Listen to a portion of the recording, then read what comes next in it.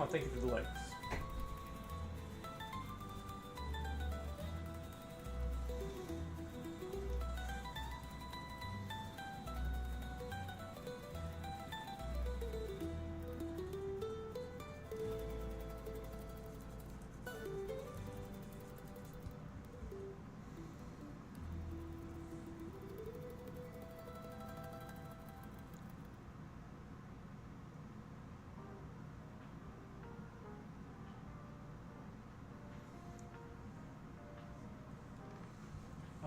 Laura Kokia, like the shadows, I have to draw own drawing in a bit.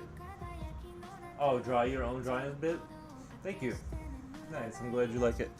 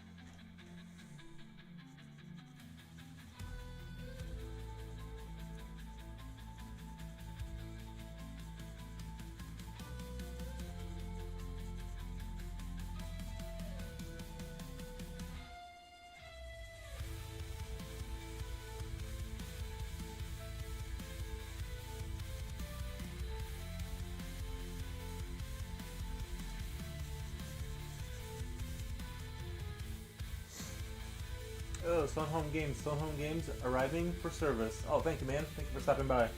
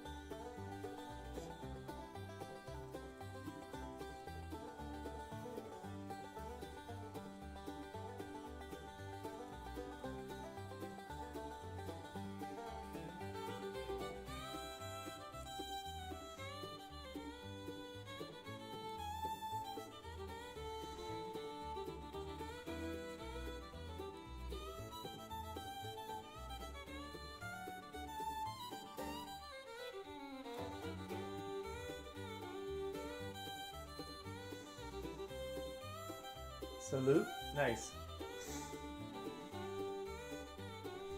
Oh, did I forget to turn on stream avatars? I always forget.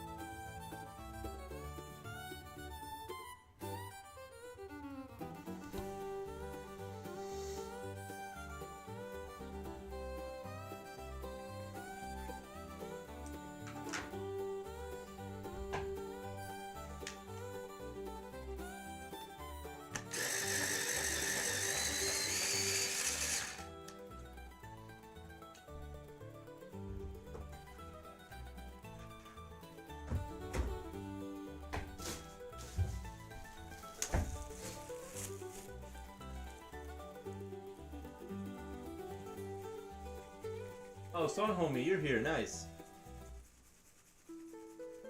I think it's only fair that I do a little dance.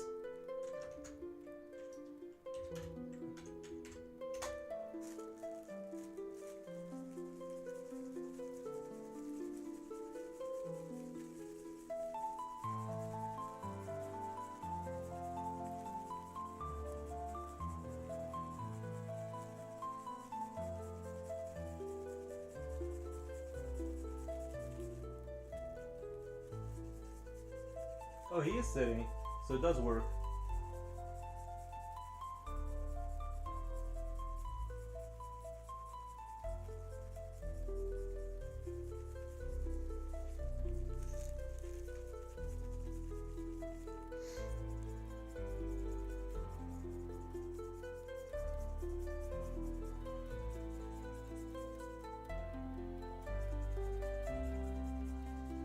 I may not always be present, but I'm always here. And that's what matters. The lurkers. The best people on earth.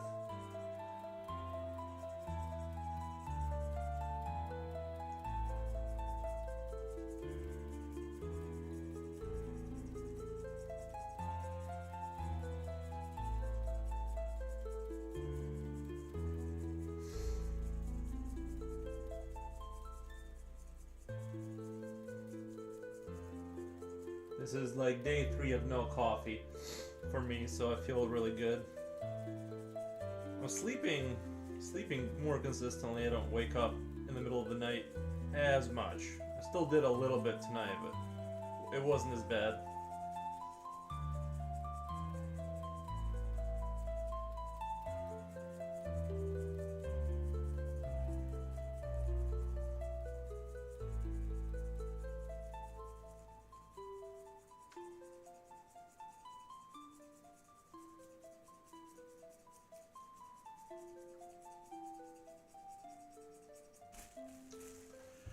Pencil sharpened.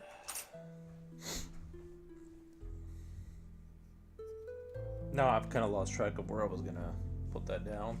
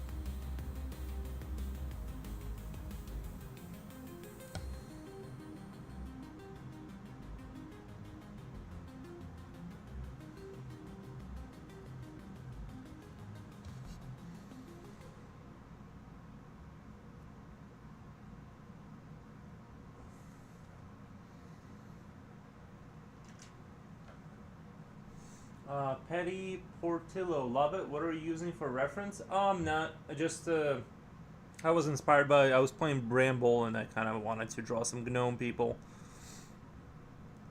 but I'm not using like an actual like reference to look at. If that's what you mean. But the inspiration came from the. I just kind of wanted to draw some gnomes, but make them a little bit more militaristic, I guess.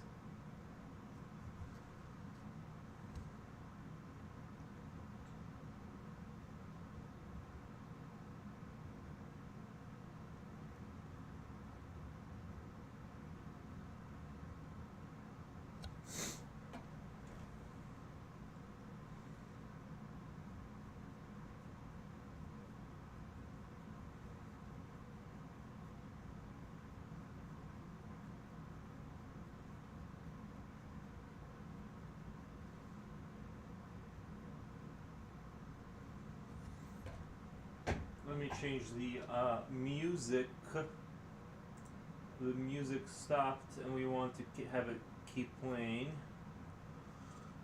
I kind of haven't heard Frostpunk 2 soundtrack in a little while, and I love it so much, but I'm also like, I also don't know if it tortures people, so you guys let me know if you hate it. But I absolutely love this soundtrack. Frostpunk 2.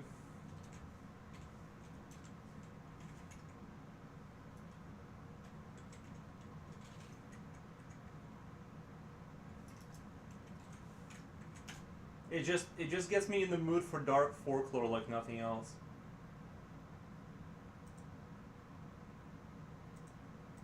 If you guys hate it, I will turn it off.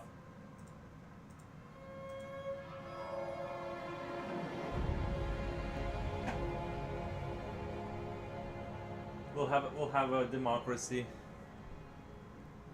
Managed democracy. Managed democracy.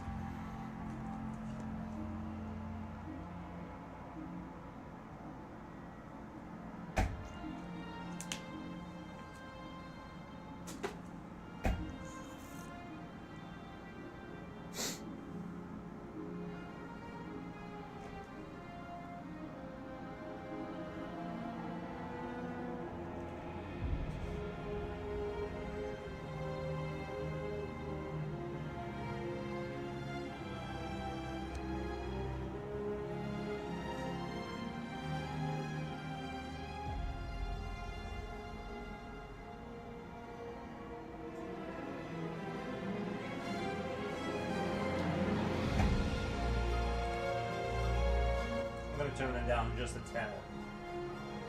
It doesn't need to be that loud.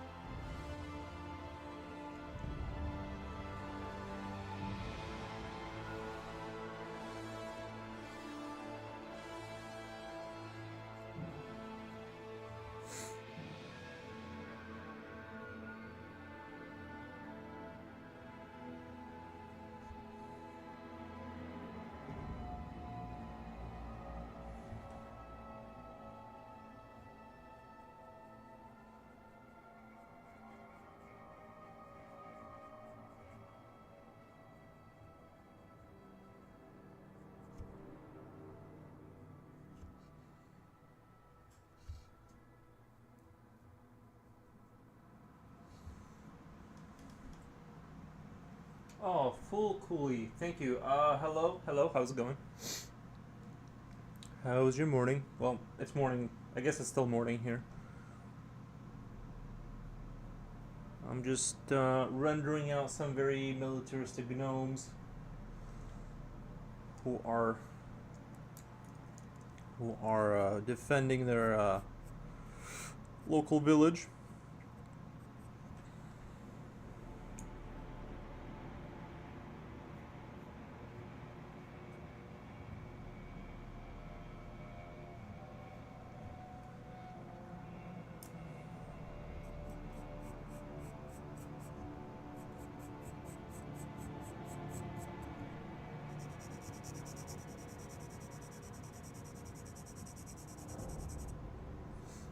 Nice drawing, man. I like it. Thank you, Cool Fully. I normally don't draw gnomes, but I wanted to have like that innocent folklore mixed with the darkness, so that's kind of why I went in this direction.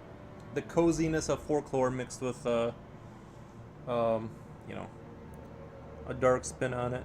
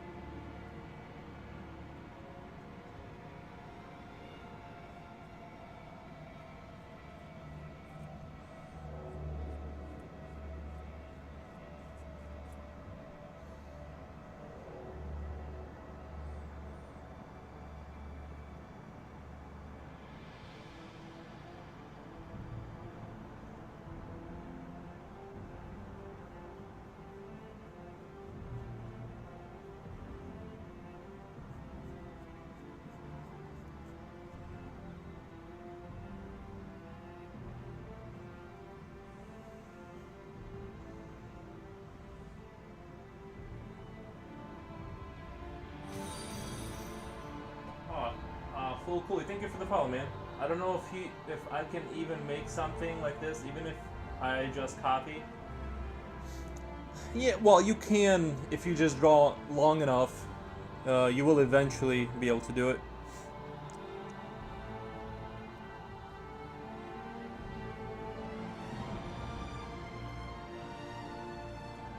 Yeah, but there's heights of my own I'm trying to achieve that you know, trying to get to that next level.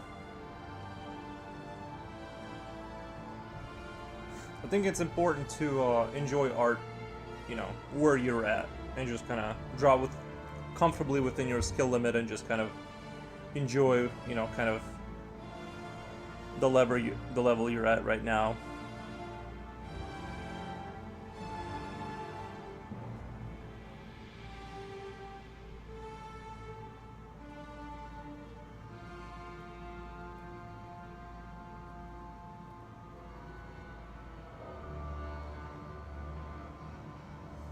Hey Frick, I have a name for their village, Gnomora. I think that would work. Oh, what? I should title it Gnomora Home Guard or something. That'll be the name of the piece when I post it on Instagram. Gnomora Home Guard.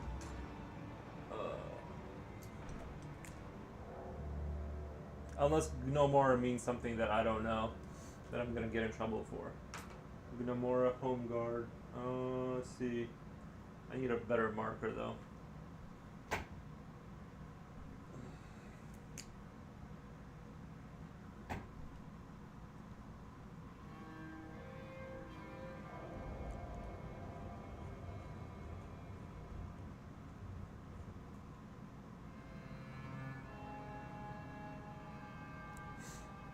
Gnome, Gomorrah, Sodom, and Gomorrah, Gnomora. I mean, it sounds like it would be Cool Fully says I have a question. What is it?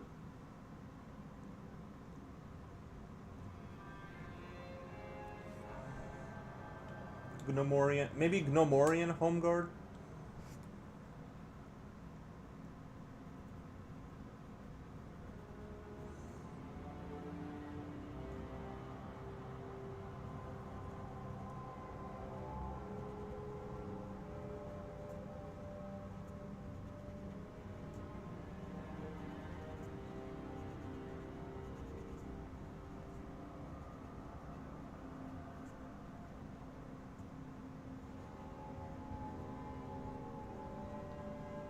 How do you get inspiration? I'm struggling getting inspirations very often.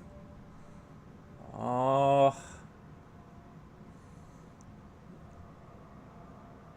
uh, I hate to say this, but I've never had an issue in that direction whatsoever. I've always had like just endless ideas coming out of me. So I've never like struggled in that direction. I've struggled with ability, and like being able to draw certain things at a certain level, but I've never ran out of like ideas. Gnomoria loses pawn. I would say the best thing you can do if you're having issues with coming up with like ideas is I would do quick sketching. I would just do tiny little sketches with your pen and move on from concept to concept to concept quickly without too much thinking until you run into an idea that's worth expanding on. That's what I would do.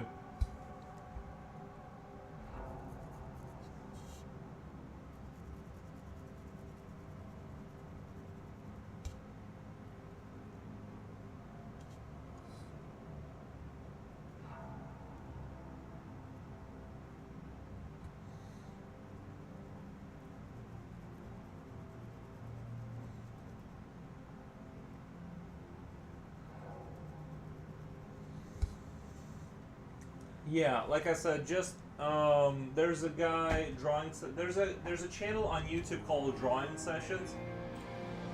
I'll find it really quick. I'll send the link in chat. Uh, Drawing Sessions. This guy right here, Drawing Sessions. I'm gonna send you the link.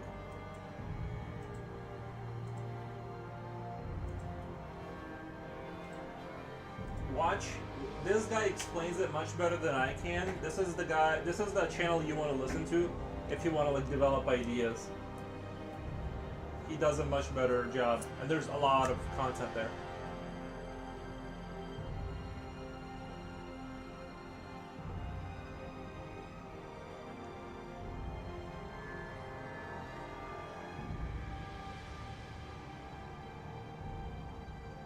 Or another name, Little Stan. I think that would be, by today's standard, that would be offensive. That would get sent me to hate speech jail or something.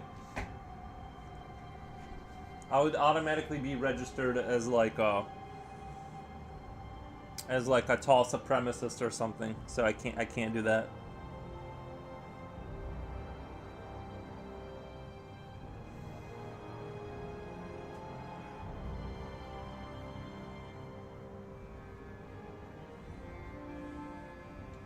I allow you. Yeah, but but that's the issue. Is like, it's like you.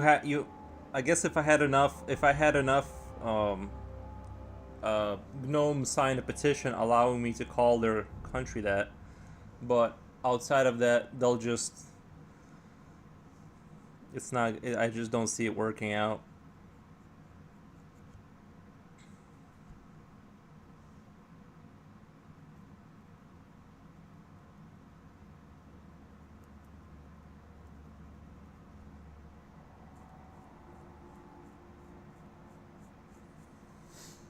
I will sue them if they cancel you.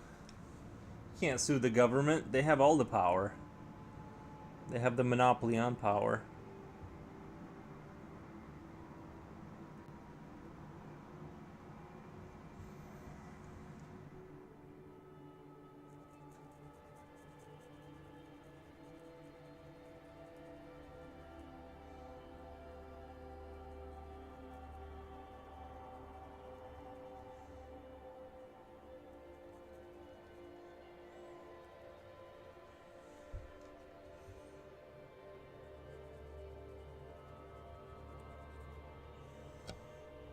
I just got a new follower and I immediately sent him off to a different channel.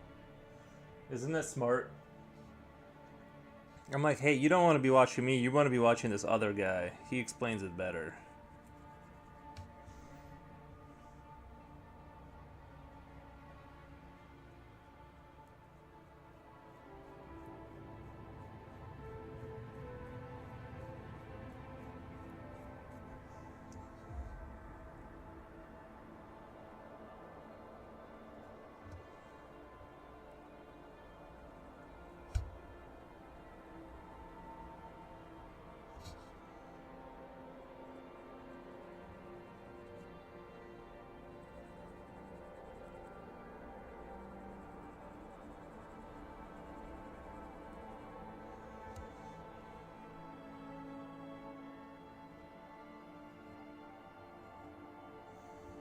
Some people are good talkers, some are just good drawer.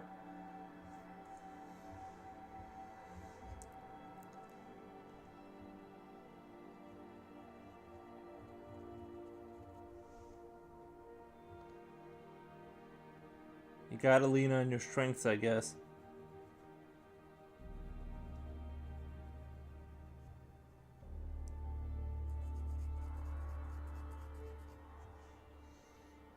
To me, it does feel like drawing is like you're like sort of using the opposite muscle group of your brain. Like the more focused I get on drawing, the less like I want to talk because like my brain just starts to seize up.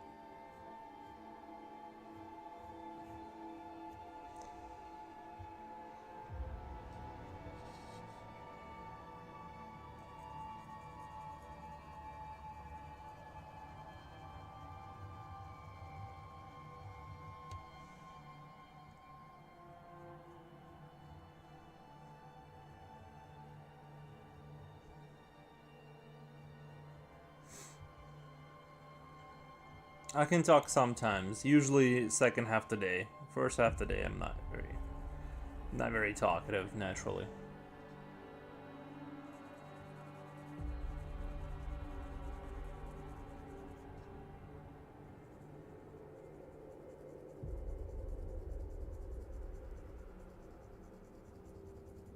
That guy that I just sent the link to, he's also on a whole different level though of drawing skill. He's definitely up there.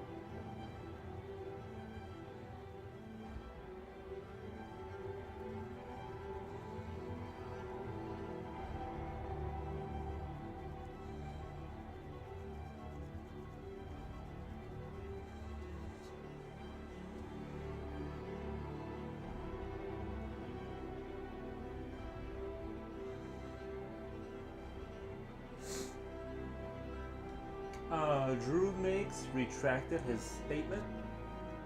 Shame on you, Drew Makes. I didn't even get to read that. Ah, the cart is coming into view now. Yeah, it's also the sun. It's also the light. Usually, during the daytime, you guys can see this a lot better. Second half of the day, when it gets dark outside, there's not as much light flooding into the room, and it kind of kills. I need some sort of a professional light setup here, because it's sort of ruining having just this one. I have two, you know, lamps here, but they kind of just blow out the detail. Or maybe I need to upgrade my camera that filters light better, you know, does a better job at, you know.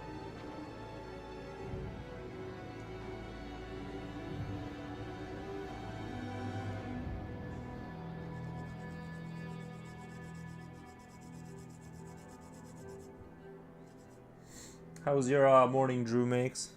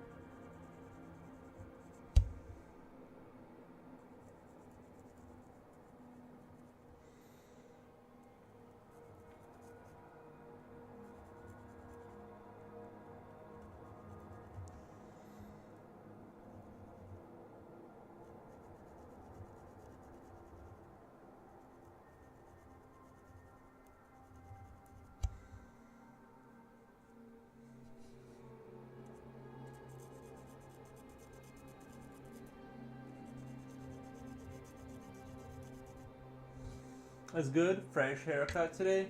Gotcha. Yeah, a good fresh haircut can be good. Last time I cut my hair, I kind of messed it up a little bit. Now I'm just gonna grow it out, and I'm gonna grow it out for a while and just kind of see how I feel about it. I do like to cut my hair short once in a while, just to kind of give myself that refreshed kind of, you know, vibe, like a new beginning kind of vibe.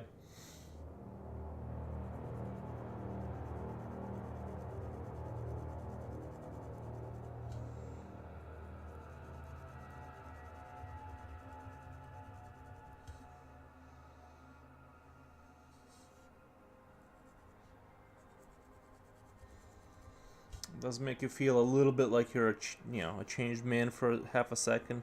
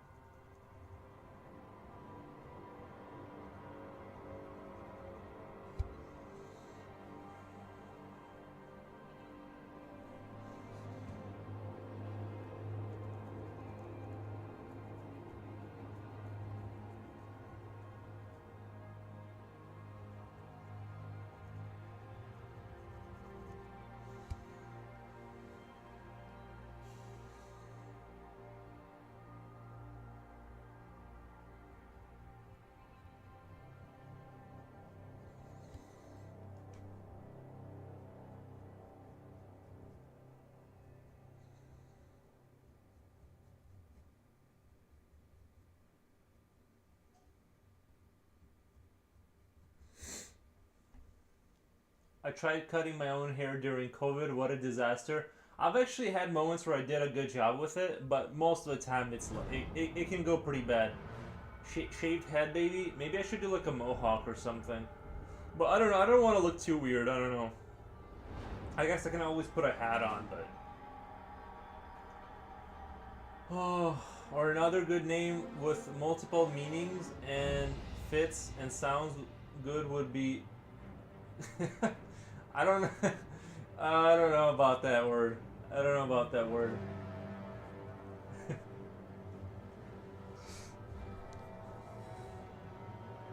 Is that does it mean the same thing in Polish as it does Russian?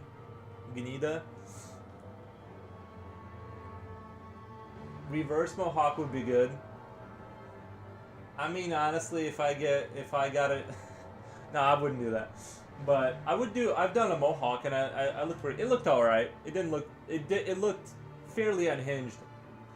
Oh, it's. I think it's a. It's. I mean, if it's a curse word in Polish, it's the same thing, and it's the same thing, and because it's. I mean, if we're talking about the same word, uh, we probably are. I always let my everything grow too long in the winter. I've literally been mistaken for a homeless person in the past. It's a good idea to look homeless. Wait, hold on. I got advice for chat. I used to when I used to have my $500 Grand Prix that I drove around for years and years and years. It's honestly kind of a good idea. Have a car that has obvious damage physically, and throw some spray paint on there, and people will automatically be afraid of you. And what I mean by that is they will not park next to you. They will not drive too closely. Um, you know what I mean? It kind of saves you. They're automatically kind of cautious because they assume you're poor and dangerous. $500 Grand Prix. Why are you bragging so much?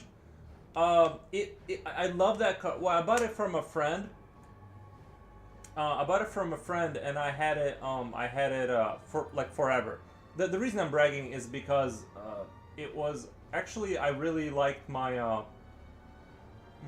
I have a 216 HRV, so I'm not sure people are gonna buy that. Sarcasm. Oh yeah, I never. It doesn't come through text as well. But anyway, the story being is that when you have a messed up car, you put liability on it because you're not worried about it really getting a dent or whatever. People are sort of cautious because they assume that you know what I mean. You probably don't care all that much about stuff, so it kind of gives you an advantage of like you just don't have to care about the car, and people they're gonna try and let you go by in traffic because they don't want to get hit by a poor person and deal with that. So, so I'm just saying it's actually having a nice beater car is actually like a really nice addition to your arsenal to your set of tools.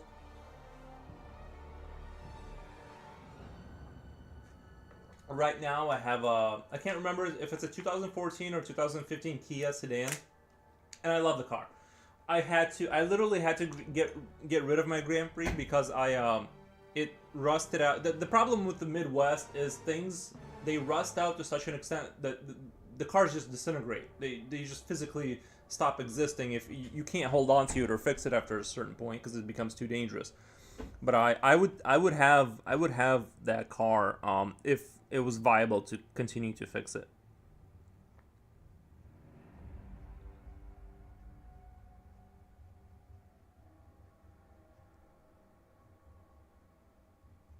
And like I said, just owning a car that you can immediately replace because you bought it for like 1,500 bucks. If you get lucky, right now it's hard to find a decent car for that price. But I bought it off a friend for like 500 bucks, and I drove it for like just 7 years straight, and I loved it because it was like, you know what I mean? Like when the windows stopped working, guess who didn't fix them? Me. And I just dealt with it. Uh, The only thing I maintained is the heater, and the engine is legendary in those the 3600 series. I know people hate car talk usually, but that engine was absolutely legendary, and you couldn't destroy it as long as you took it easy on those cars and you didn't kill the transmission, which the Grand Prix were known to have like shit transmissions. As long as you kind of kept it easy, um, you could run those cars forever, basically.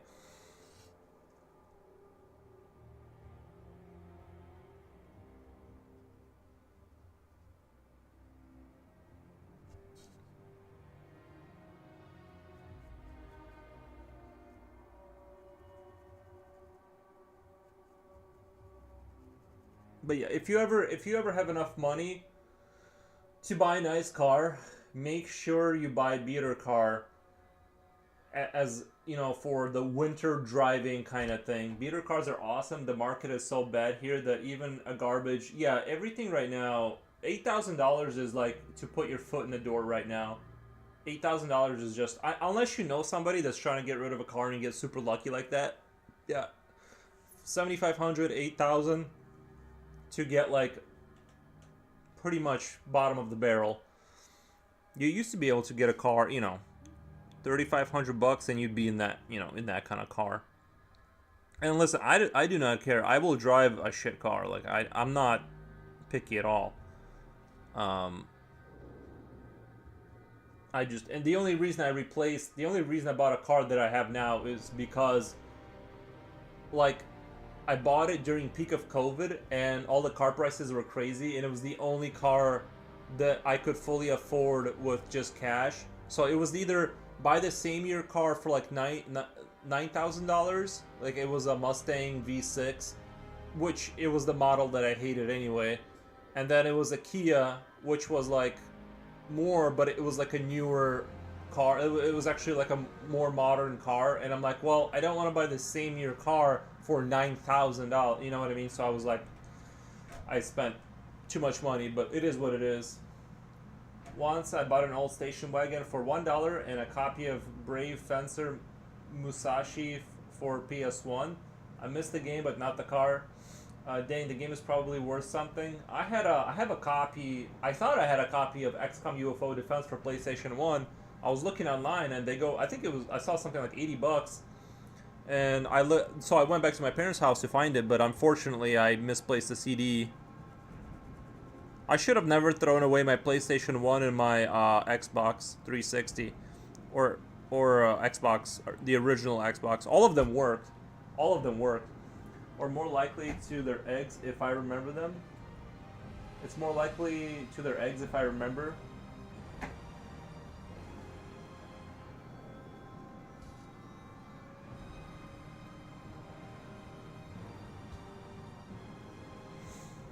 Yeah, no, gnida in Russian means a bad word. So I would have just thought that Polish would be similar in that. Because I know a lot of, like, well, not a lot, but I'm assuming there are some curse words that are similar. My biggest regret in life was getting ready for, getting rid of my retro stuff. Yeah. You know what? I just didn't realize that I would miss it, and I didn't realize that it would go up in value like a thousand times. I just hate. I'm the kind of person I like to kind of move on and get rid of stuff. But yeah, I think it would be neat to like hook up my PlayStation 1 right now and just kind of just to start it up and just experience the nostalgia vibes. So it's you know, but ultimately, like, do I want a bunch of junk in my house that I don't know. I like to kind of just throw stuff away and move on. I don't like to like hold on to like because my house isn't gigantic. Probably it's the same here, which I explained a few comments up. It can be used as curse, but they relate to hair bugs.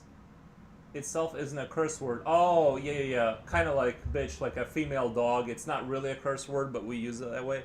Or more likely, they're eggs, if I remember. Yeah, that makes sense. I really don't even know. I really don't know what gnida means in Russian. I just know you don't really want to be calling people that. Or if you do, you're about to be in a fist fight.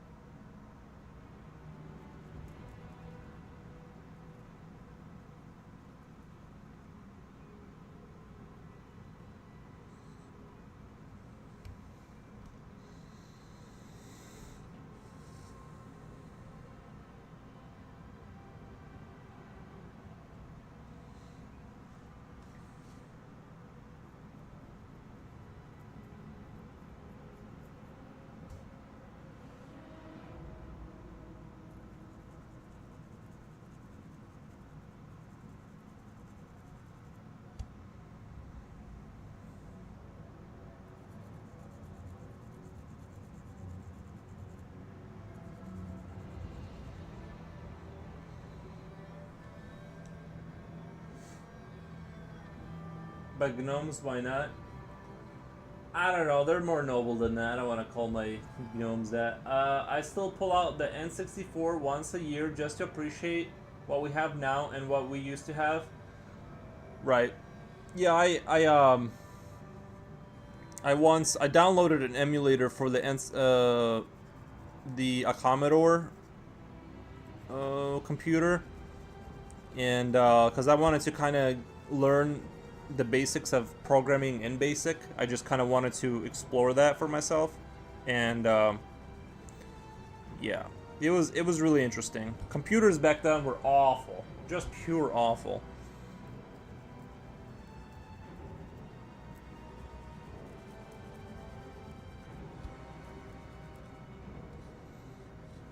Not like today. You basically, to make anything work, you had to be quite the. I still have my PSP and games, but that's all the physical stuff I have. I found a lot of my like controllers that I thought worked, like the batteries inside of them corroded the controller, and I couldn't, even when I put new ones in, it just wouldn't start anymore. I bought one of those PS Minis when it came out, but it's in storage. Yeah, see, that's my rule, is that like once I need storage, like once I get to the point where I'm like, I don't have anywhere to put this, I need storage. As soon as I'm like things have to be thrown away. I'm not paying for storage. I'm just that will never happen. Maybe those are. By the way, if anybody wants a drone, I had a drone where the batteries failed, and it was like a $1,500 drone, like actually a really nice drone. But you guys can have it if you want to buy the batteries. Maybe those or some other gnomes could be Gnida or on some Titan giant hair. That sounds like fun lore.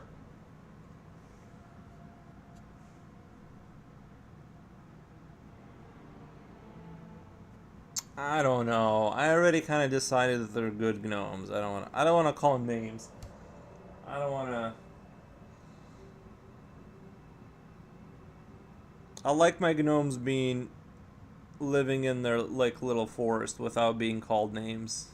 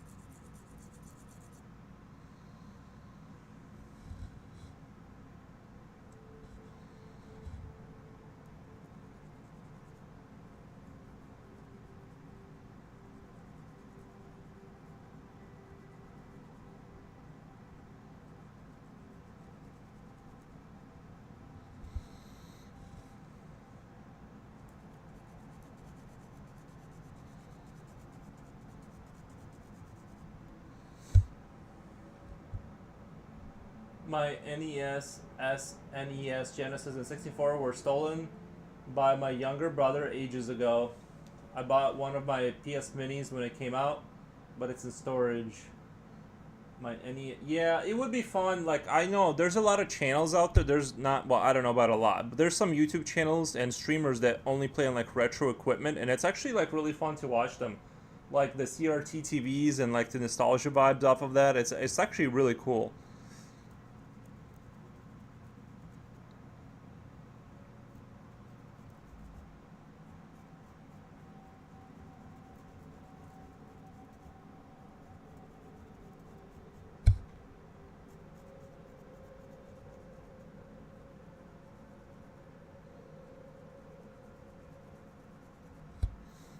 I'm an enjoyer.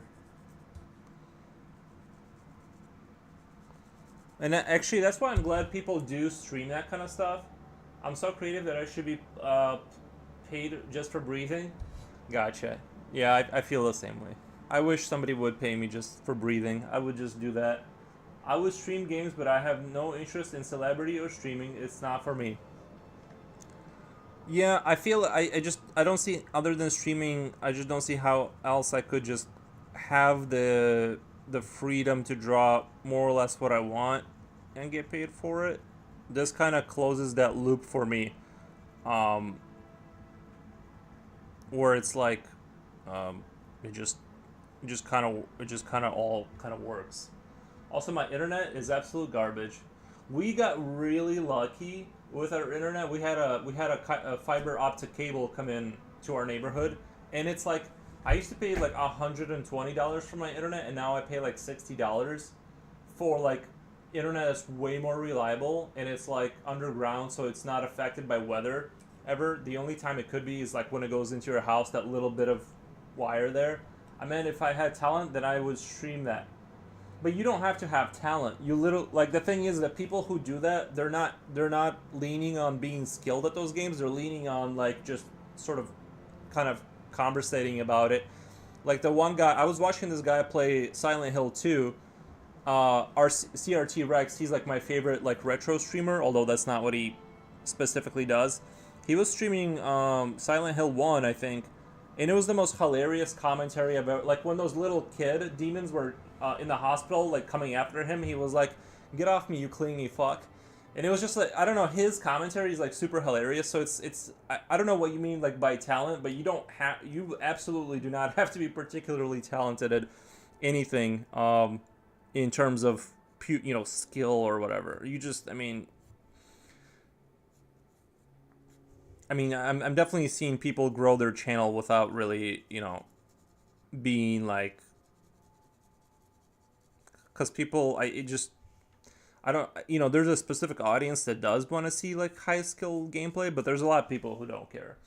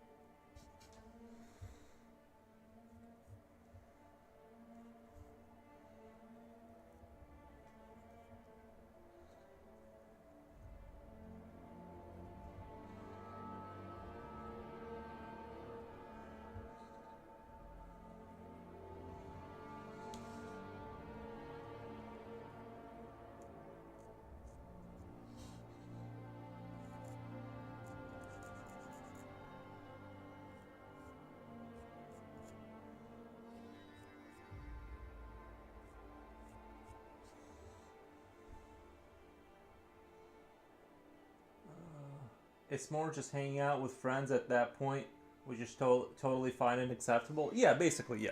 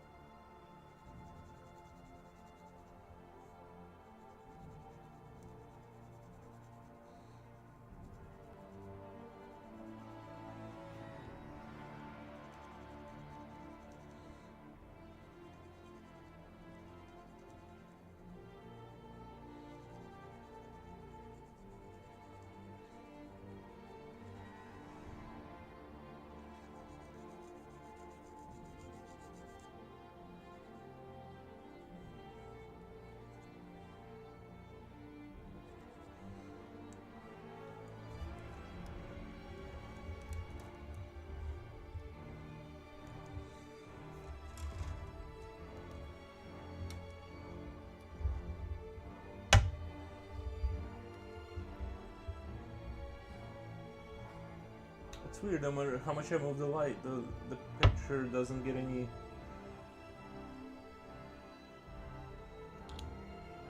What about no light? I don't know. That is just the weirdest thing.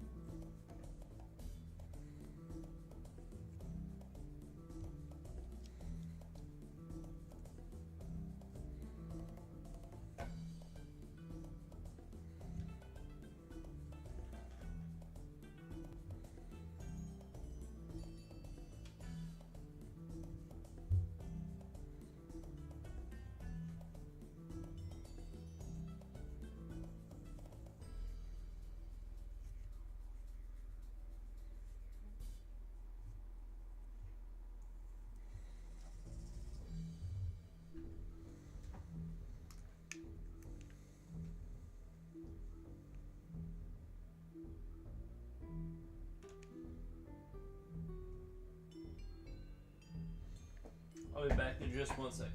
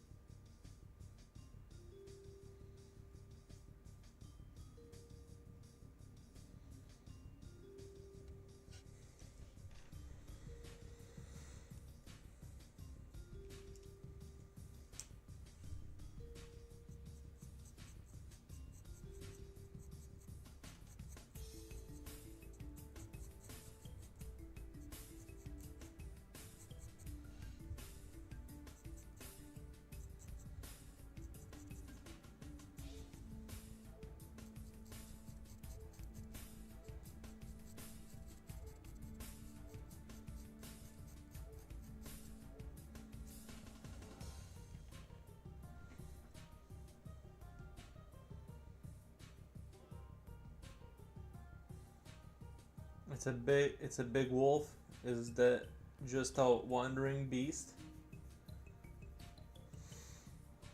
Yeah, I mean it was just terrorizing the local populace of the gnomes, so they had to put an end to it. You know what I mean? Like gnomes are pretty little. They're like the size of your hand, like the size of your palm.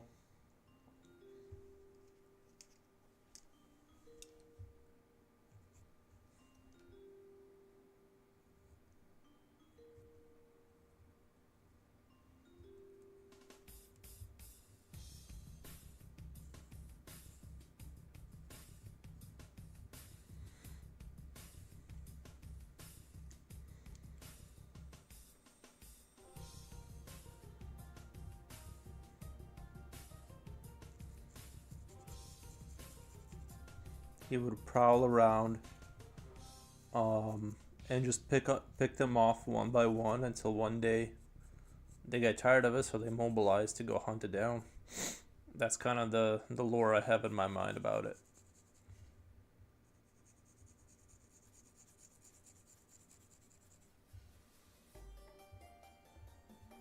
Gnomes are tiny, yeah.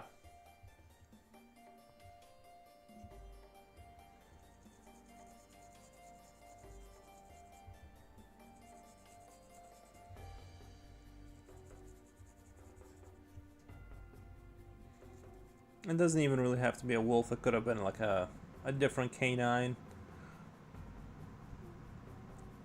that was causing the issues for them.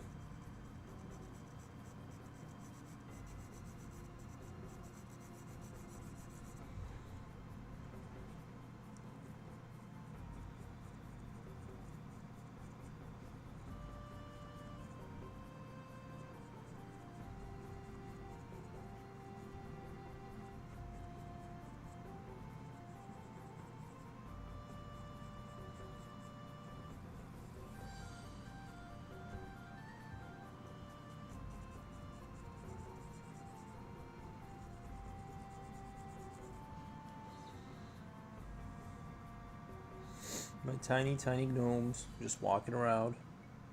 Well, these are marching gnomes, but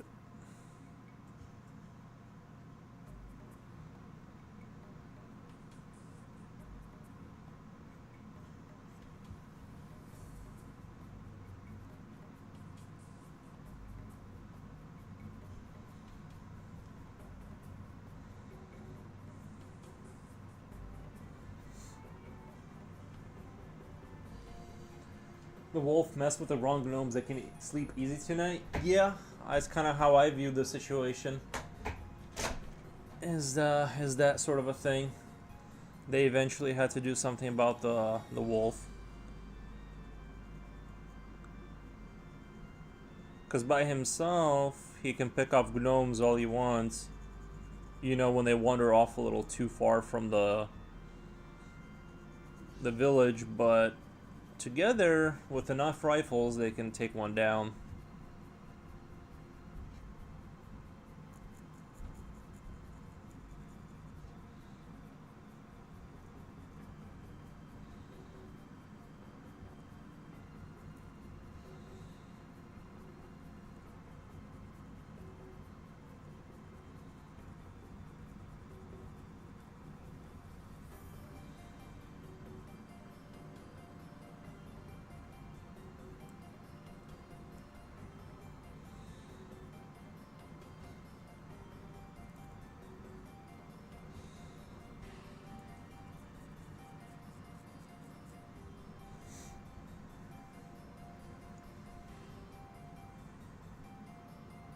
It's all about working as a team, you know?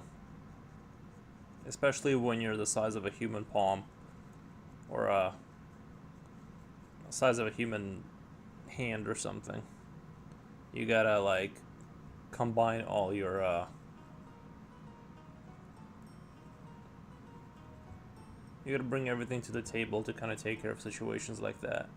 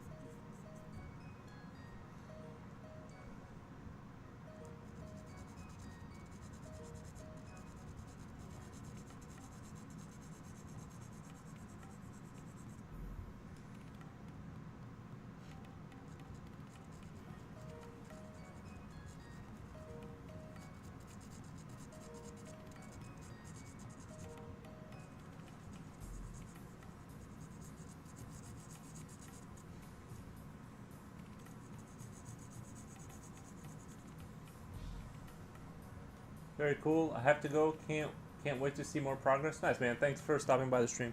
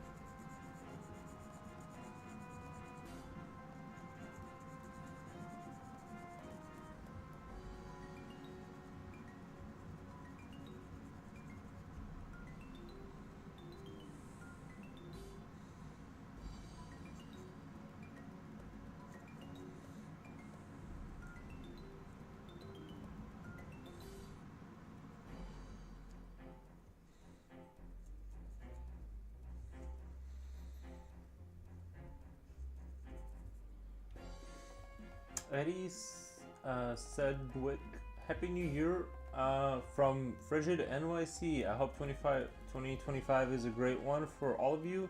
Hi, Nikifor. Hello. Thank you for stopping by the stream. I also wish the same for New York City. Hope things are super awesome over there. But we're going to continue to draw gnomes daily. Or not gnomes, but art will be happening on this channel daily.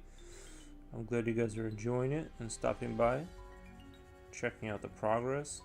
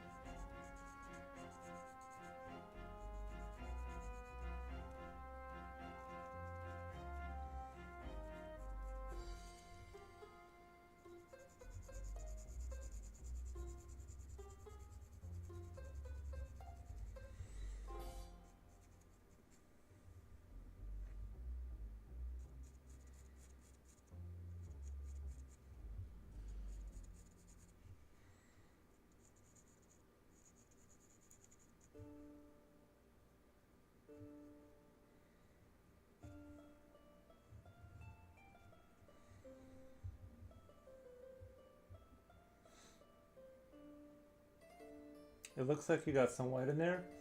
Yeah, for the highlights.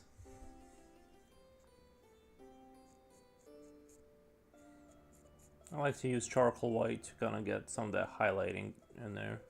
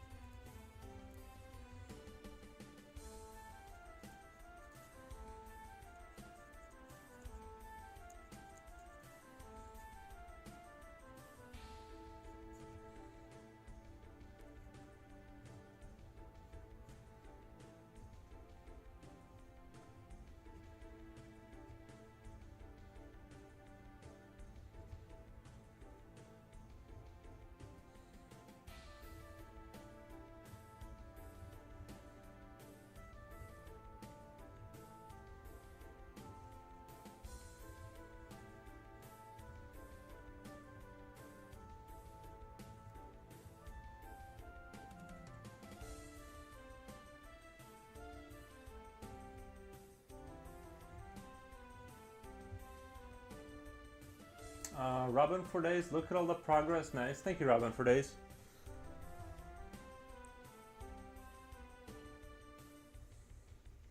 Yeah, I'm trying to slowly kind of render it out and make it nice.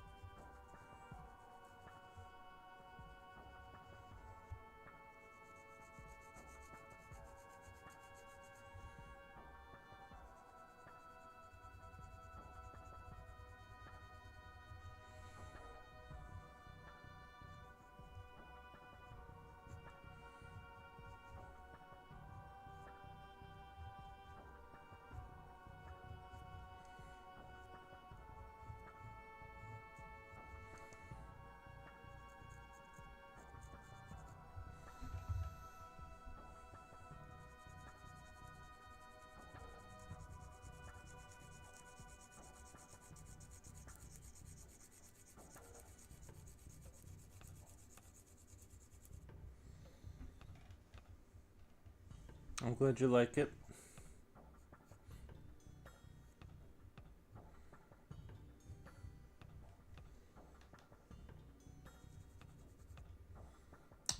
Uh, uh, Renato Souza says hello, Van. Oh yeah, welcome to the stream, Renato. Welcome.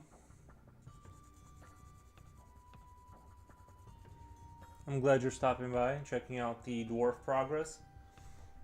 You guys know each other? What the?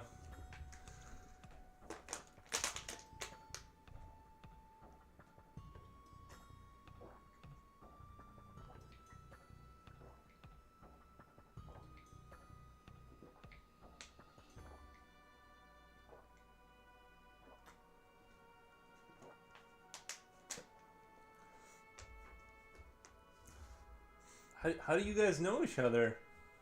I need to know the background story to this. Unless you guys are just randomly saying hi to each other. What the?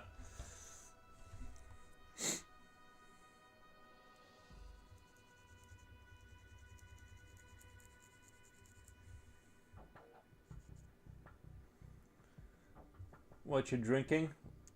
Me or Soza? Because I'm just drinking regular old great value purified drinking water.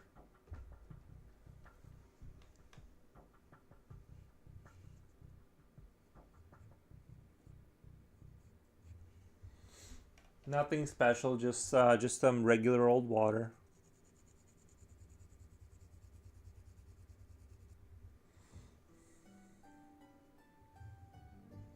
I'm trying to keep myself hydrated, and I'm.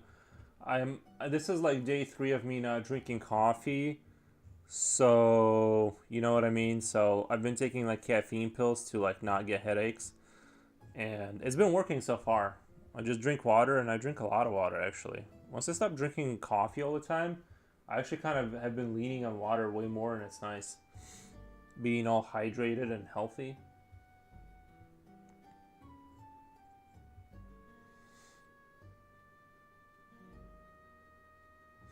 I'm saying hi because I like being friendly because we have a common interest in art. Nice. I just thought usually when you see that people like know each other, maybe they like, kind of like lurk the same channels and they're aware of each other's names or something. Because I've seen that happen, so that's why I figured maybe you guys ran into each other on some other internets. Which this is the there's no other once you find this channel, there's no reason to go anywhere else really. You know what I mean? Like you pretty much reach the final destination. I'm just kidding, of course, but it's good that you guys are being super friendly. Yeah, I just love drawing basically. Don't you use electrolytes when you drink too much water? Be careful. I've never even I've never even considered electrolytes. I think as long as you have salt in your diet, right? I just have salt in my diet, and I think I'm good.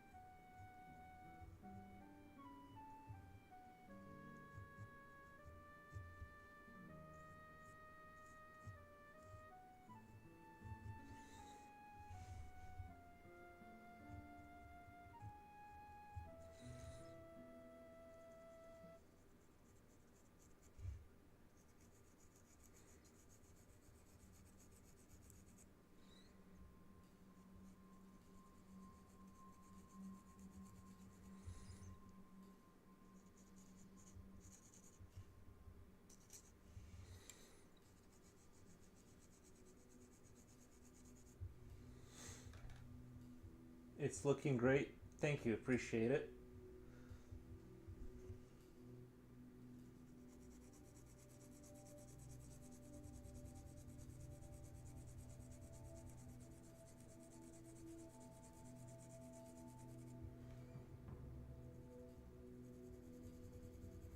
The YouTube community has been very, very kind to me, which I appreciate.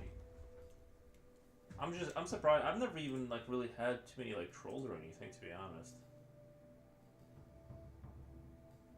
Oh my god, you guys! I just hit 700 subscribers on YouTube. I needed three more, and I got it. I got my three subscribers. I have 700 subs on YouTube. So I do super appreciate everyone's efforts.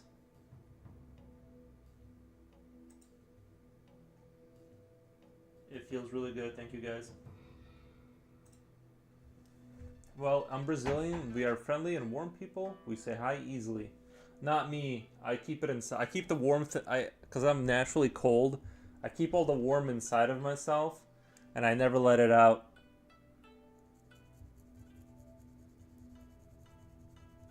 Only after I've known someone for like maybe 11 years straight. Like if I've known someone for like 11, maybe more, I'll say hi to them on the street.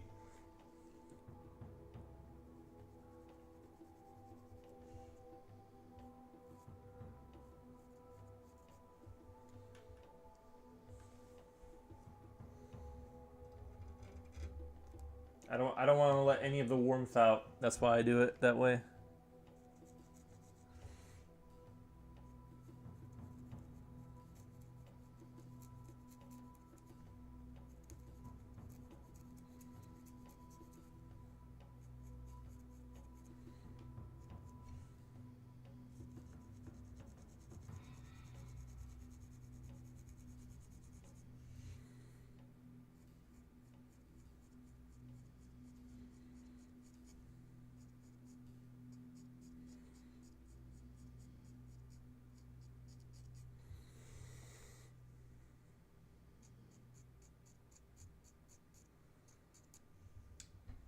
That's great.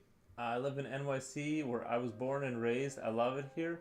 And while one can't say hi, to all the hundreds one passes on the street, NYCers are still friendly. I've watched shows about NYC that were not like that. There's this guy that makes kind of he has like this YouTube show. I forget what the channel name is, but it pops up in my algorithm once in a while. I'll watch it because I'm curious about what's happening in like, what's considered the largest city in the world or whatever, maybe most influential. And definitely he focuses on the problems that happen in the city because that's what people focus on.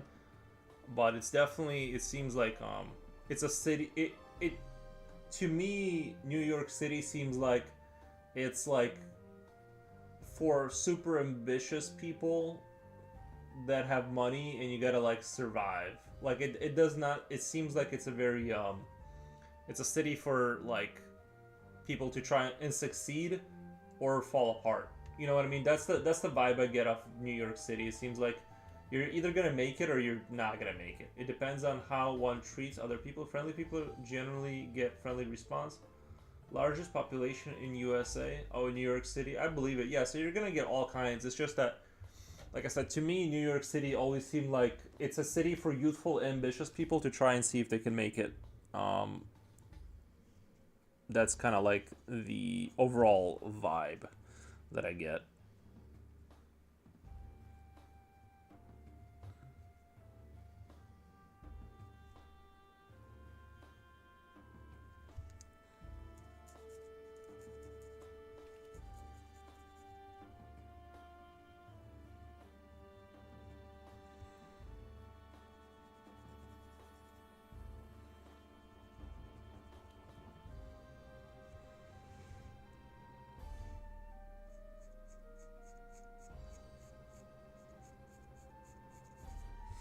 But it does seem like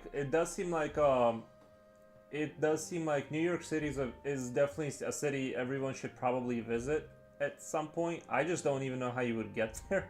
I don't know, like just drive to New York City. Where would I park? You know what I mean? How would somebody that like, is there a train to New York City? I would love to go visit New York City one day, but I'm not the adventurous type. I'm more like a hobbit or something. I just don't really like to leave my local area.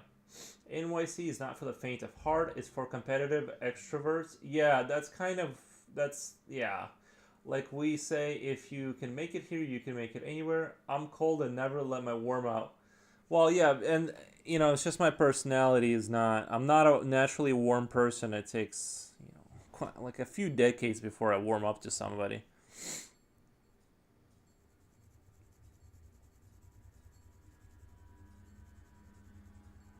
After year five, I'll do the head nod.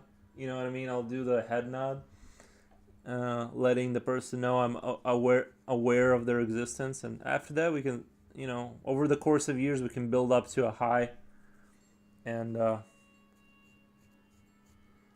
I just don't want to move. I don't like moving relationships forward too fast. You know what I mean? I kind of like to I like to not rush into like a new kind of a relationship too fast. New York City has a very extensive mass transit system. You won't need a car within the city limits. Yeah, but what about that? Do you remember there was that story not too long ago? And I shouldn't be smiling or whatever, but like there was that obviously New York City has millions of people, right? So things are going to happen. But like with regards to the expensive transit system, there was a woman that got like lit on fire, and that guy was like, you know what I mean? I'm just like, I don't want to get on a mass transit system if I might get lit on fire in the middle of my experience. That's why I'm a little bit nervous about going to New York City. I'm like, I'll just hang out at home. You guys figure out the metro. When people are not being lit on fire, I'll I'll use it. You using regular pastel super lead, or did you switch it out to high quality brand? And I'm sorry, I don't mean to be insulting towards New York. I'm just saying I don't want to. I don't I don't want to get lit on fire in the subway. I'm being funny, but you know what I mean. I'm sure it's not that bad all the time. You using regular Pentel Super Lead, or did you switch to high quality brand? I'm not sure what Pentel Super brand is. Volthorn. Could you elaborate? Like my lead is just this is like an HB.03. That's all I know about it. Kiddo B, hello. Did the gnomes kill a werewolf kid? They did because he kept picking off the local. He kept killing them one by one, and so they had to gather their musket riflemen and go out and take down the beast because he kept causing problems for them. Um, but yeah, we're just talking about New York City, and I will go to New York. Well, it's not the same wolf. They didn't kill the wolf in the last picture. I just thought it would be nice and dark if the gnomes actually did something instead of hiding in holes. But yeah, New York City, I would love to visit, but I would need it to be a little bit safer than it is right now.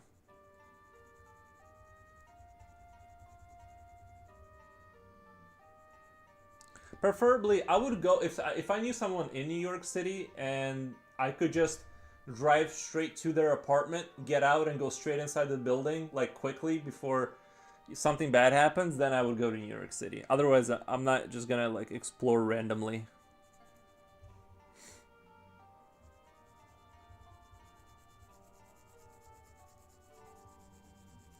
By the way, and I'm not flexing, but I did hit 700 subs on YouTube, which was super exciting, and I super appreciate everybody that hit the subscribe button.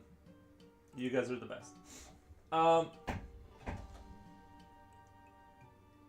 I hope I didn't upset Eddie Sedgwick.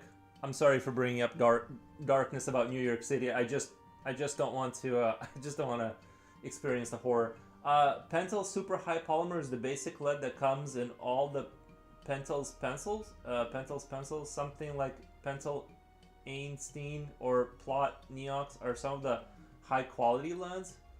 I'm just, I this is like outside the realm of my expertise. Super High Polymer is the basic lead. Pentel Super High Polymer. I mean, I guess I can look it up.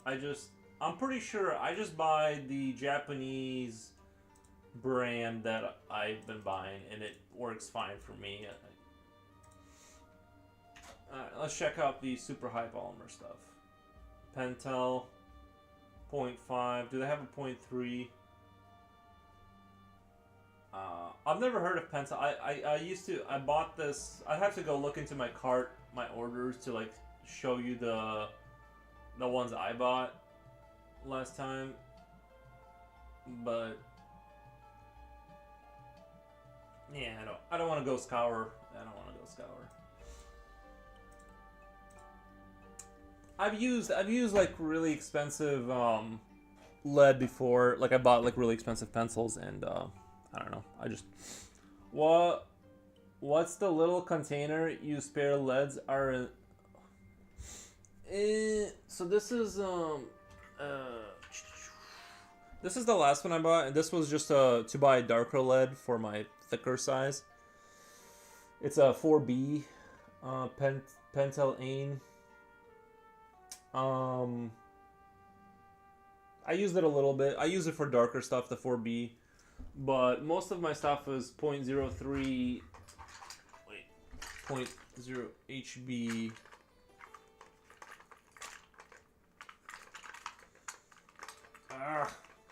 NYC has a rat problem? I hope I didn't upset Eddie. I hope I didn't upset Eddie, because I was, but that's New York City. Does, like I said, there's a lot going on. So those are my leads right there. Those are the little. He was screaming at the sword. Such a lovely creature. Yeah, no, but it's a different wolf. This isn't the same wolf. It's a different wolf. Oh, it does have a rat problem. There's a YouTube channel where this dude like kind of talks about, because he's lived in his in New York City his entire life, and he makes videos about it, and it absolutely has a really bad. Ain replaced the Ain stains. That's the high quality, super smooth stuff. Okay. Yeah,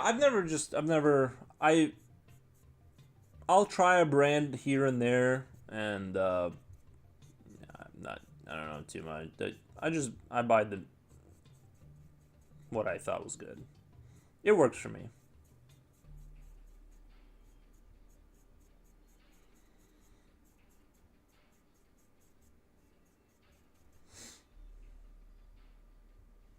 But yeah, we were just talking about New York City. I will go there one day. One day I'll go.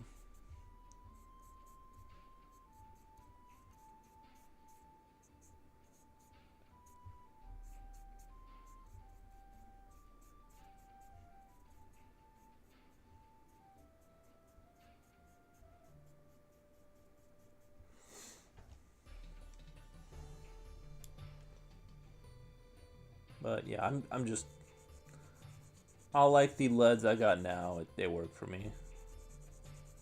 I can get the darkness I want by slowly going over and over the same spot, kind of thing.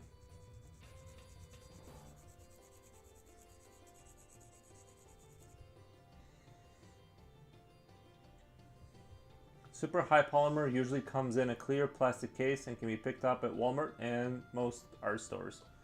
Nice.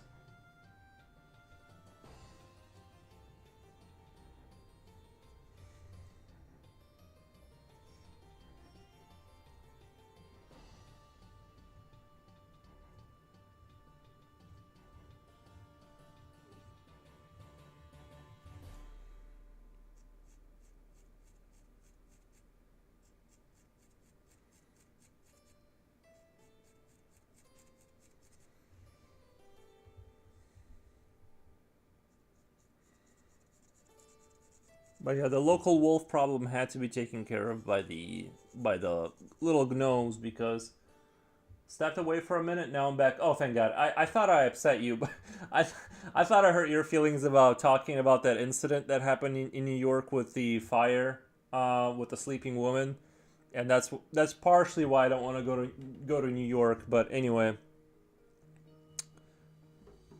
I'm glad you're back and not upset. Like like I was saying, my a girl I knew at my last job, she was Mexican, and she told me to go to Mexico, and she's like, it's such a nice place, you're gonna love it, and it's like cheap. And then she said her uncle was literally murdered by the cartel, and I'm like, okay, you just told me. Well, it was like a week later, but I'm just saying I don't want to get killed by it. Yes, a woman was set on fire and burned to death by an illegal immigrant who was so high he blacked out. That's what I'm saying. You know what I mean? Like, obviously, if you're like a healthy male, like the chance of you being lit on fire to death is like low because you're not gonna be sleeping from whatever she was. You know, because it. I didn't want to watch the video. I'm sure it's out there. I'm sure I could find it, but I don't like look for those videos anymore. I'm not offended. We're good. Okay, good. Well, you're from New York. You should be you guys should be able to handle being offended, right? Like, I don't know. It seems like you guys are used to screaming at each other. You know what I mean? Like, you guys are used to the sort of street yelling kind of stuff. But anyway, like I was saying, that's what I'm saying, right? It's the homeless people tend to be like the most like defenseless. You know what I mean? They're like basically not in a good situation.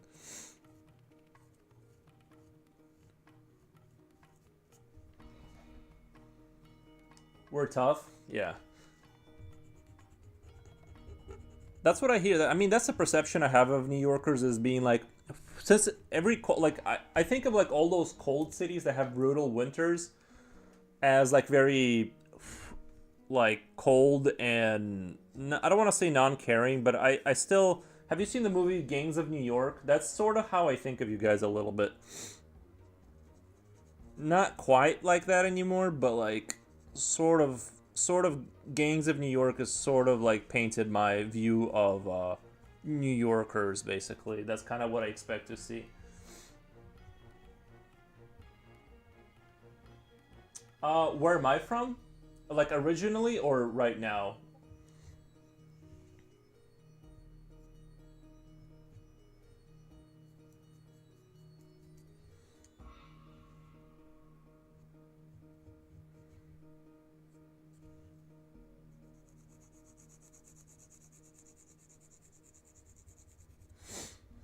But I'll just say, okay, so originally I'm from unless you're asking her. Um, anyway, if you're asking me, I'm originally from, or my origins are from Belarus, an Eastern European country, a former Soviet state. And then I moved to America and I live in the Midwest, let's just say. That's pretty like, I live in like the Chicago area kind of place, kind of close to Chicago, so. So we're kind of like New Yorkers. It's cold and brutal and dark, and there's corruption. I think Illinois is like the most corrupt state in the United States, like officially.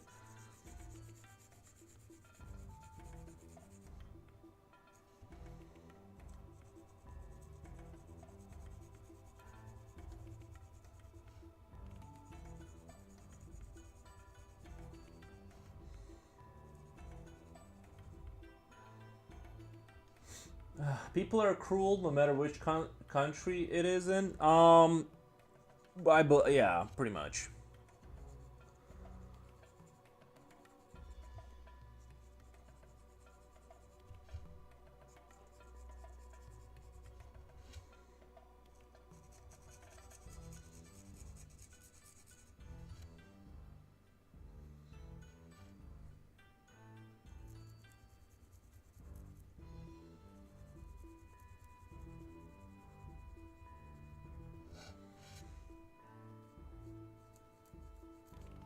It is amazing how New York is so influential that even when like somebody gets like lit on fire there, we know about it. You know what I mean? It's like world news. It's impossible to be warm to everyone when there's approximate 40,000 people per square mile, and here in Manhattan where there are approximate 66 square mile, you can't smile at all of them. Yeah, I would just turn off my brain and um, Yeah, Manhattan. Sorry, I don't know why I'm saying Manhattan like that, but it does. New York. I like New York because it has like that old world architecture still. It's got a little bit of those remnants from the past that makes the city like kind of like look like Gotham or something. You know what I mean? It's got like those epic, I don't know, Art Deco and old European kind of looking architectural style. So I'm like, that's the only reason I want to go there is to kind of look at like all the amazing architecture stuff, and then quickly leave after that. Like, maybe eat some food there. You know what I mean? I'm sure there's amazing food, but I'm more just interested in seeing the architecture. I would probably stay for like a week. I'm going to. Yeah, that's a good idea because it's like going to New York is like it's like going to Europe, right? You're going to a totally different place, but you don't need to do any of like documents. There are buildings here still standing from the founding of the nation. That's very cool. Isn't there some? Didn't the grave site of I can't remember. It might be like a different. I, I need to formulate what I'm trying to say here. There is a building that I think it was like the tomb for Joan of Arc, and they moved it to some city in America. I'm pretty sure that's true. And it's not even that significant. Like, you would think it'd be, like, insanely big or something, or crazy. But yeah, they took, like, the Joan of Arc's tomb, and they straight up, like, picked it up, took it apart, moved it by sea to, like, a city in, it was some manufacturing city that's now basically dead, but yeah. Very sad. It's another one of those cities that has like used to have like insane architecture.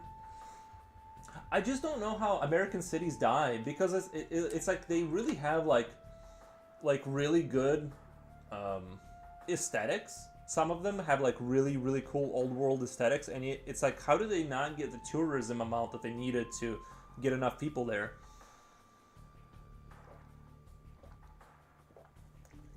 I would go and look at it.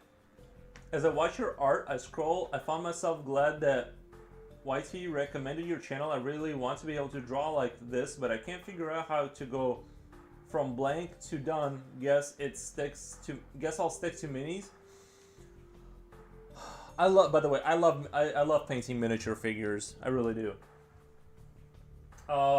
Once in a while I'll paint a mini, but for me,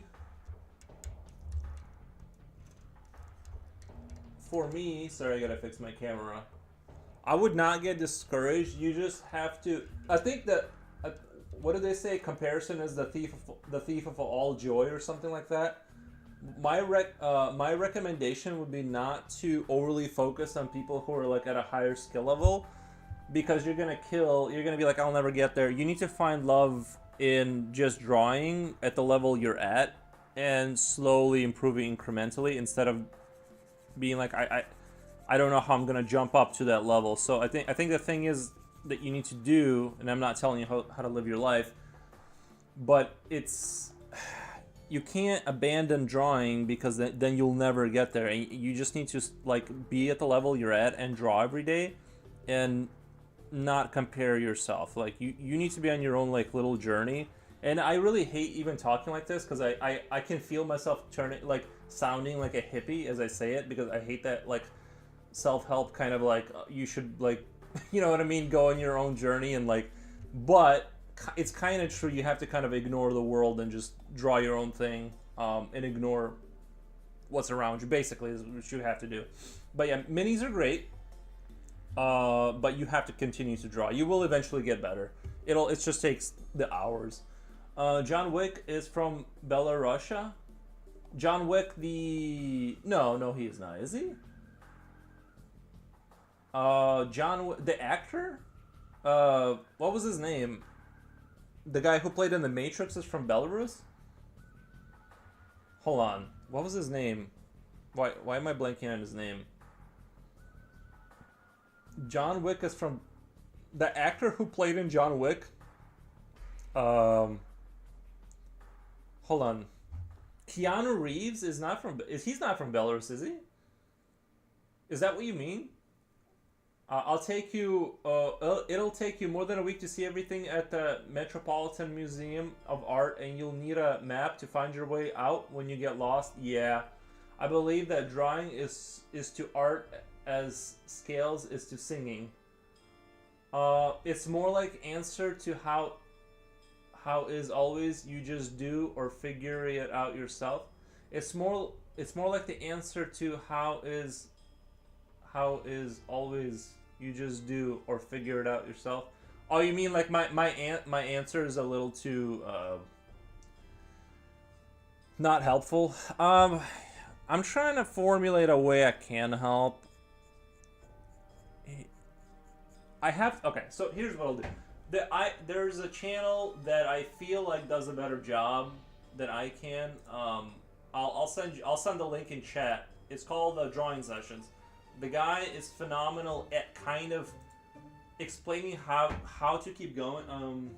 Drawing. He does really good like drawing. He does really good sessions. Okay, so this channel right here, I'm not the best at explaining how to continue to draw or why you should do it. I feel like this guy right here is like way better in this respect. So this is what I want you to do. Go subscribe to this channel right here, Drawing Sessions, and I feel like he's gonna be a lot more helpful in this respect for you to like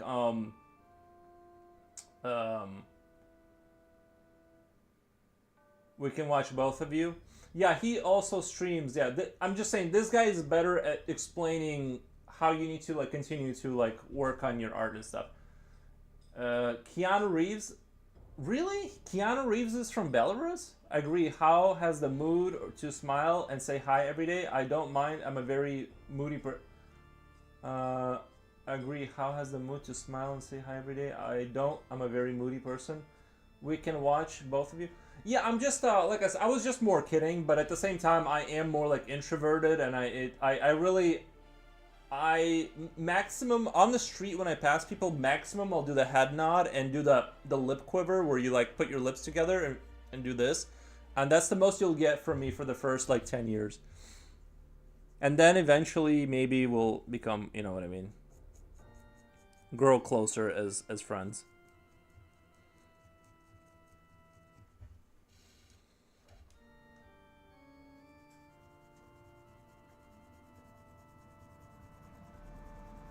I'm just kidding, of course, but there's some truth to what I'm saying. Yeah, I would highly recommend his channel. He does very, very fantastic, like, sort of philosophical explanations about the thought process. Keanu Reeves is Canadian. That's what I thought. I didn't think Keanu Reeves was originally from Belarus.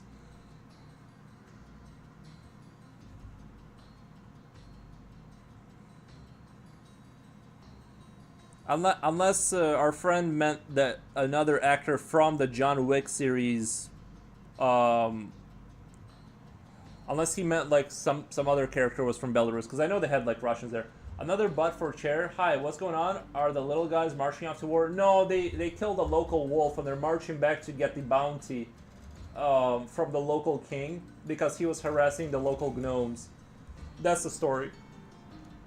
But thank you for asking. I can't see. This is what I love about social media, and like a lot of people say they have issues with social media. I've mostly only had like positive experiences. Like I'm talking to a New Yorker, I'm talking to a Brazilian, right?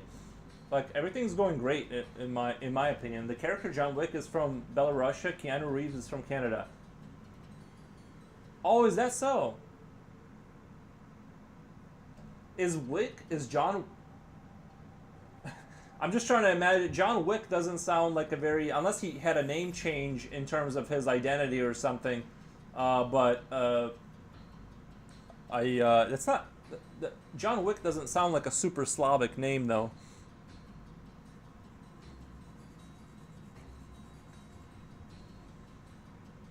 Yeah, you know what I mean. Like it's that's why I love YouTube is just all the cool stuff that can happen.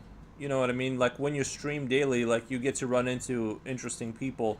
And somebody made the comment the other day. It's like, don't you want to meet? Like, don't you want to go outside and meet new people? I'm like, I'm meeting new people. like, why would I want to expand energy when I can just sit here and they can watch my art and I'll just draw?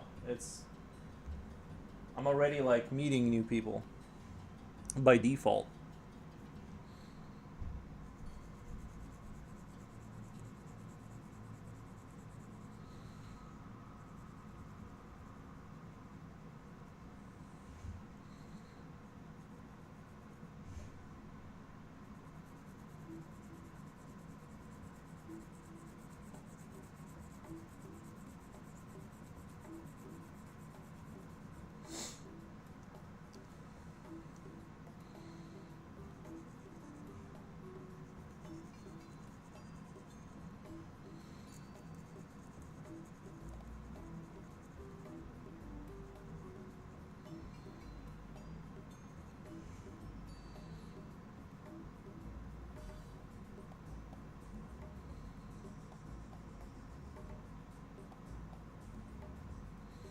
Oh, I was gonna ask you, Eddie Sedgwick, how do you deal with in New York, like when you're walking down the street and let's say somebody approaches you and they're sort of, me neither. I live in NYC and it's nothing like that. If it ever was, Gangs of New York movie, I don't like it.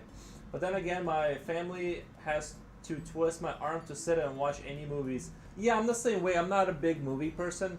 Eddie, I was gonna ask you. So in the, um, let's say you're in New York and you're getting sort of somebody, let's say, isn't harassing you, but they're sort of testing your, let's say, character, right? They're sort of, you know what I mean, like those, how should I describe it? Like the people who like maybe hand out leaflets and when you take it from them, they're like, oh, that'll be $18 or something like that, and they're trying to like sort of semi scam, semi like kind of harass you, kind of just test out what kind of person you are to see if how far they can get. Like, what do you do in those situations when you're like being tested on the street, let's say, kind of vibes in New York? How are you? Do you just kind of keep walking, or like do you interact with them, or corruption? That's a sticky topic in USA today. Let's not run down that rabbit hole. I've seen his channel before. It didn't really help unless I've missed the right videos. Proco wasn't any help either, and I paid good money for that. So it's sort of run me down. Run me down what issue you're having an issue of like inspiration. It sounded like you said, right? Specifically, like you can't find idea. Like, are you having idea problems or motivation to sit down and draw? Don't mess with the gnomes. Absolutely not. They're hyper violent people. Gnomes will they get you with the numbers. Individually they can't do anything, but they'll get you with the numbers.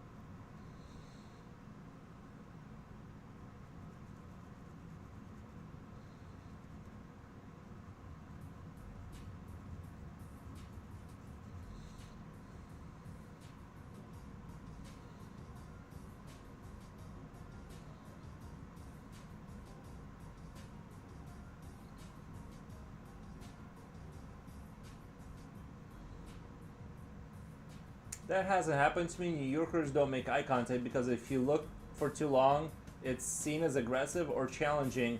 What you're looking, yeah, probably avoid eye contact, right? That's a good idea. That's a good tip. Do not stare too long. You might find yourself in a.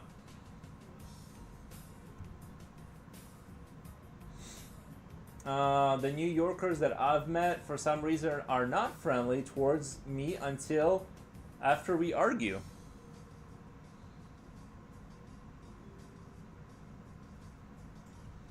After we argue? It was a question, I guess. I'm definitely gonna go to New York one of these days. Basic techniques, I have the ideas, no clue how to get them on paper. Best I can do is some basic shapes, but I can't figure out what to do next. Have you tried constructing things out of the basic shapes into something, a bigger concept together? But for chair, you must like to argue. I used to be able to get a decent loom's head, never figure out what to do with it.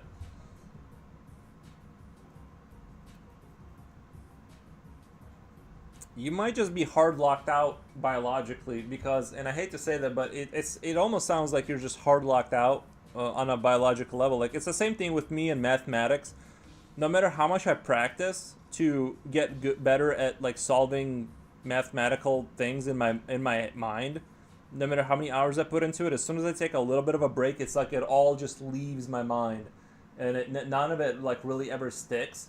So it sounds like you've been it sounds like you've been trying for a long time, and it's, I mean, if you went to Proco and other people and paid money and this and that, and like and you're having a hard time like even like getting the you know basic things, it's you might just be hard locked out biologically. Like I'm the same way with mathematics, so I don't know. But the only thing I can recommend is doing like lots of little sketches and moving from one idea. You literally just need to put your pen on the paper and just the first thing that starts to come to your mind, you just like try and get it on there, and you know what I mean. Like I don't know how to explain it, but getting the eyes, their shape and placement right is challenging for me. The eyes, the trick with the eyes is the reason they sometimes look like they're looking in different directions is because, like, I was watching this one guy explain, is like when you draw eyes, you want to have them like you got two circles, right? You got two eyes inside of a skull, and he explained it something like people will try to do the, what is it called, the iris. They'll do iris 1 and iris 2, basically not the same. It's like they both have to be drawn exactly the same. Like if you make this one smaller and the head is not far apart enough to make size difference in the eyes, right? And so you want to draw these, like imagine the eyes, and you want to draw these circles where your irises are going to be exactly the same, and then the eyes will look like, and then the eyes will look like they're looking in the same direction. Once you mess that up, once you get clever and try to draw this a little bit different from this, you're never gonna get the eyes looking normal. They will look insane every single time. And then you got your also, if a person is not crazy and they have a relaxed look, let's say these are our eyelids. If they're not a crazy person, their eye or their pupil should be right where the eyelid is. If they have a relaxed look, the eyelid will be right next to the pupil. A lot of people will do this thing where the eyelid is like here and then the pupil's in the middle, and that's, you can immediately imagine that's what insane people look like when you can see the entire iris. That's what you look like when you're screaming at somebody, right? So you want to make sure your eyelid's in the right place, midway towards the pupil, and you draw these two circles here exactly the same, basically, and then your eyes will immediately improve dramatically from there. So, yeah, but yeah, eyes are challenging. I've been hammering down my hands for a long time, and my hands still, I've been trying to improve on my hands forever, and it's really difficult. It's not easy.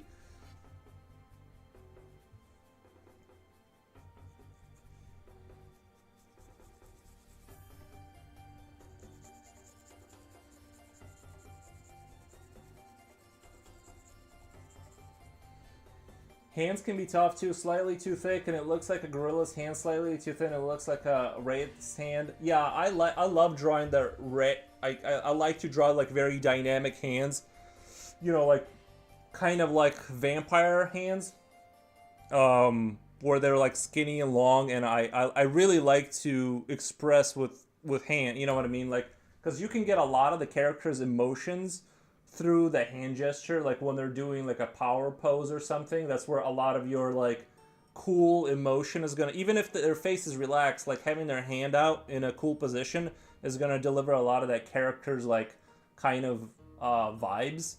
So yeah, I definitely agree with that. Hands are like, it's almost as important as the face. You know what I mean?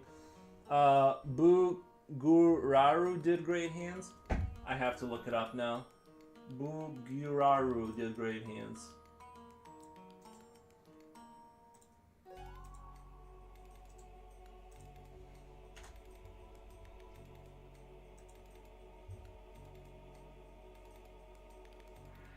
Oh yeah, yeah. I'm seeing it now. I've never heard of that guy, but yeah, I'm seeing a lot. I'm seeing from the photos I'm seeing. It looks like a very good. Just the hands look like just a slight little bit of the finger movement. Like I'll show like what we're talking about. Like just a slight little bit, having this finger like slightly moved over. You know what I mean? That suddenly like it just gives a lot more expression to the whole picture. And having these fingers be, this picture could be way more boring if you just dialed back the hands a little bit. But in this case, right, they're trying to show her maybe being like slightly surprised, so like super works. But yeah, so I totally agree. Yeah, totally agree. Hands are super important. Boogaroo, Boogaroo.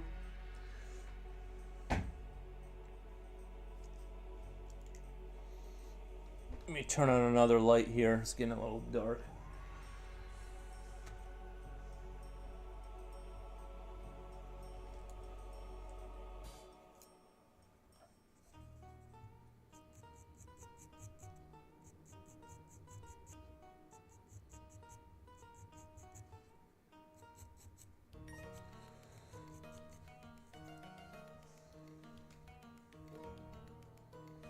Uh, Another Bud for chair says cool, nice.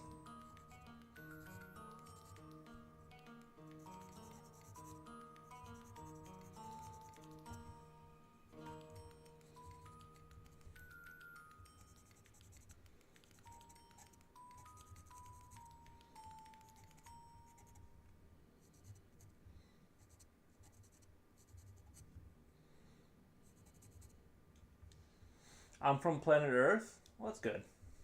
You got people from Earth.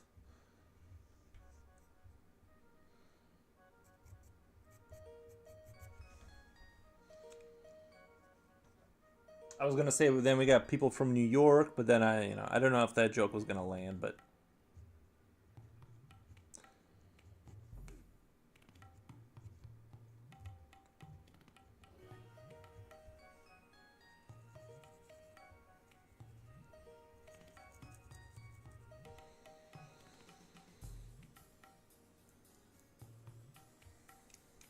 to draw eyes, I need to do eye contact.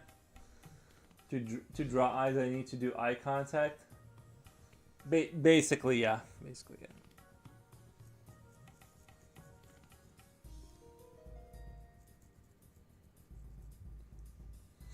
yeah. H.R. Geiger did long fingers on some of his women subjects.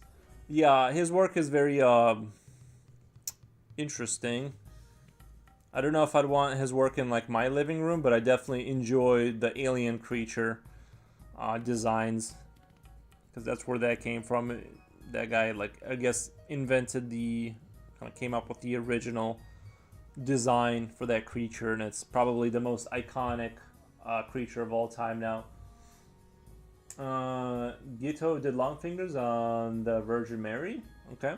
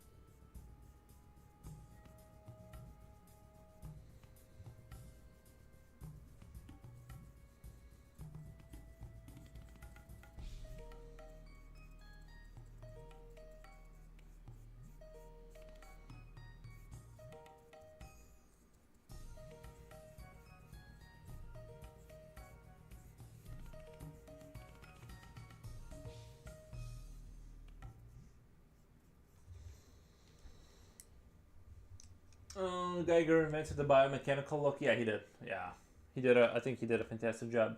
Nice to know you can actually do so much with the HB pencil. It's one of those things you just pick up because no one will tell you. Yeah, I mean, if you add enough layers, you can get darkness out of it. Obviously, like when I'm gonna be getting close to finishing this piece up, I'm probably gonna go to a darker lead for like the as like this gets darker, and I want to bring back the contrast here. I don't want to over darken one area and under darken another. So it's yeah. I'm eventually gonna pull out the darker lead, but right now I'm in a good position to kind of not.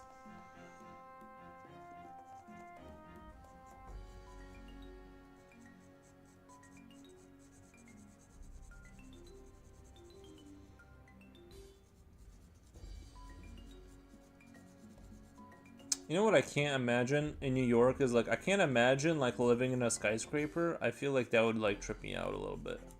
Cause don't they like shake a little bit? Not shake, but like they move around basically at the top. I don't know if I could like enjoy that feeling of like how would you? Cause like what if the I would just say hold on to this. Let me call the Ghostbusters. Um, Flatter round one.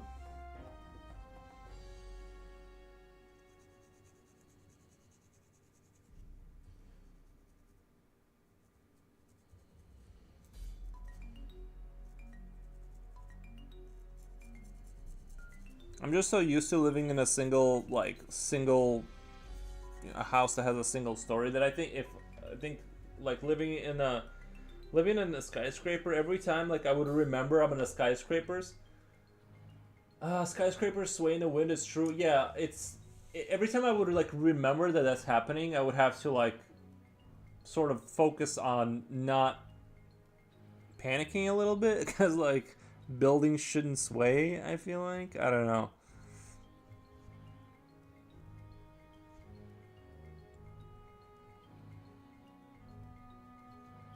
but I get it. They gotta have some flexibility.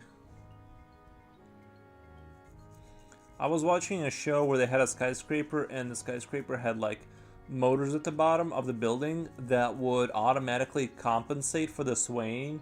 And so it had like this kind of like some ship, they have like a rotating motor that like goes in the opposite direction because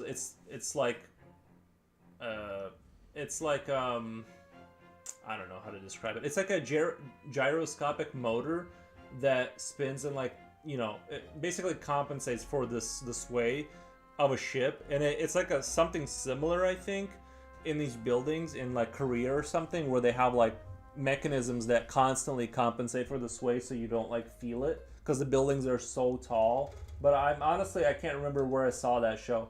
I once worked in a building that swayed so much in the wind that you could see the doors twisting in the frame, and some coworkers got motion sick. That's insane. So how does the building not just? I don't understand how the building wouldn't fall apart though. Ghetto fingers, they look thin, long, and flat. Ghetto fingers, they look thin, long, and are how are you using how are you shadows using the brush?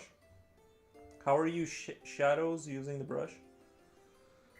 Oh, the reason I'm doing that is because like I like to get this is a texture paper, and just for me personally, I like to in some areas I like to have that highly rendered look. So I'll smudge the pencil lead, and then I'll go over it again, and it kind of helps me do a very nice like slow transition into darkness instead of like just getting the pencil, just hitting the pencil harder. So that's why I do that, is I just kind of like slowly increase the darkness that way.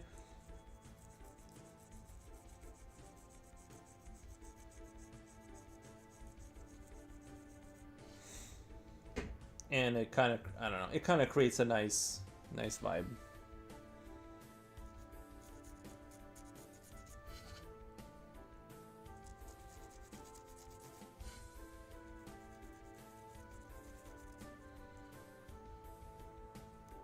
Hopefully this is a big my chair is swaying nice. Skyscrapers have huge molten weights at the top that rock in opposite to the wind to keep the building from swaying too much. Gotcha, gotcha. I didn't know that. See, I don't know any of this. My chair is swaying. Nice.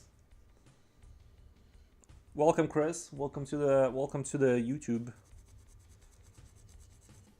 I'm glad you could make it. Honestly, this is a pretty. This picture here, there's so much going on that I'm not. It's sort of close to that level where I'm not sure if I'm gonna be able to pull off my picture.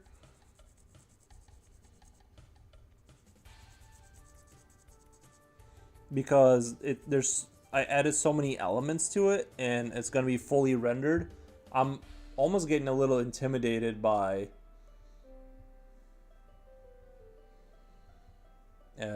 if I don't want it to look totally silly, so hopefully I can kind of do it. We'll see.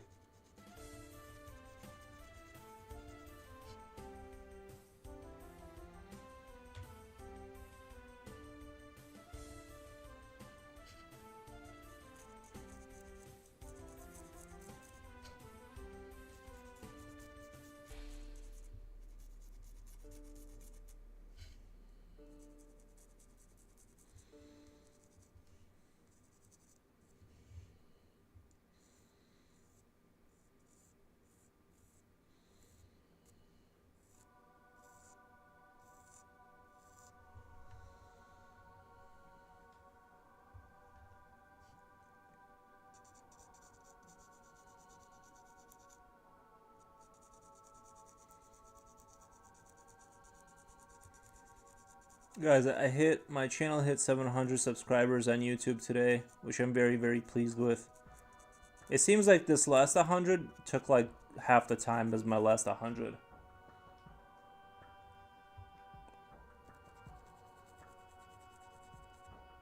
So I really want to hit the 1,000 mark.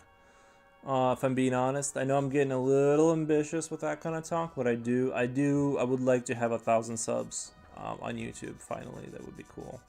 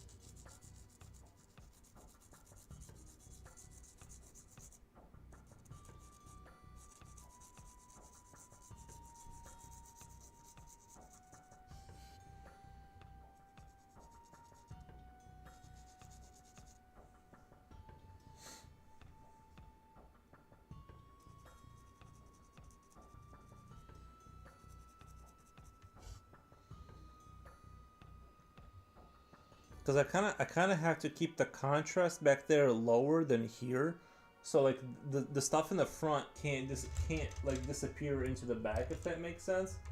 So I kind of have to keep my rendering kind of controlled, right? I can't just get all silly with it. Like this in the front has to be significantly darker than what's in the back, even though what's in the back is gonna be darker too, right? Because I want it to be, other than this light, there's no light back there. So this is going to be all shaded in, but I kind of want to keep the contrast here. So I'm going to try and attempt to do that without destroying everything. Do you guys think Gnamora Home Guard sounds cool, or is it too I don't know. Is that too crazy? I don't know.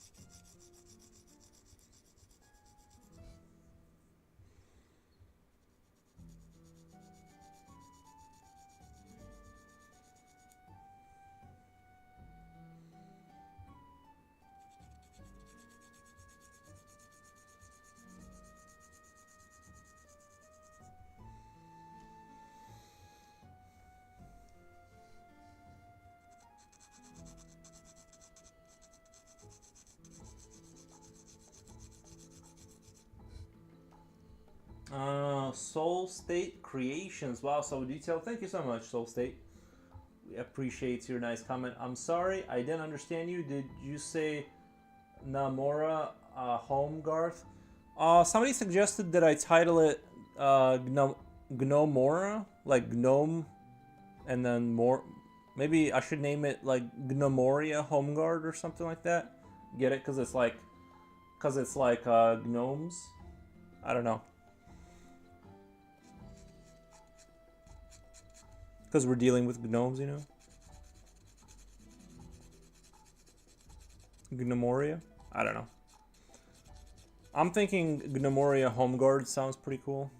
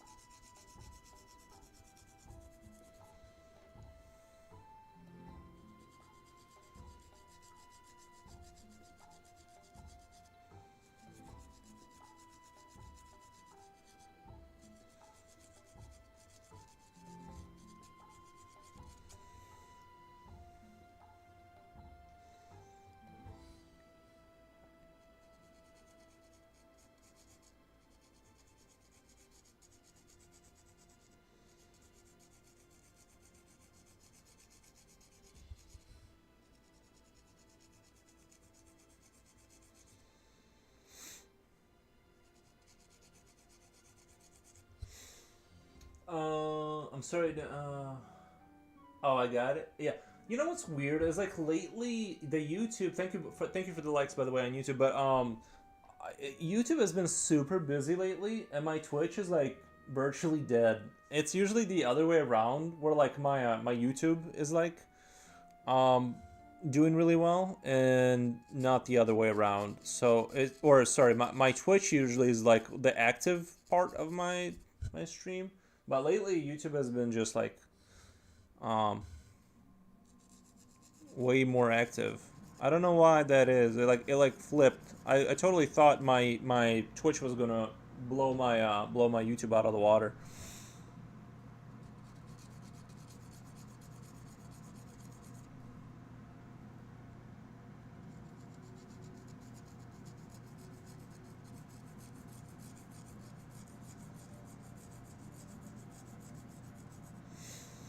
But yeah, with regards to H.R. Geiger, I always sort of wondered whether he naturally thought about the things that he thought about, or whether he was like a person that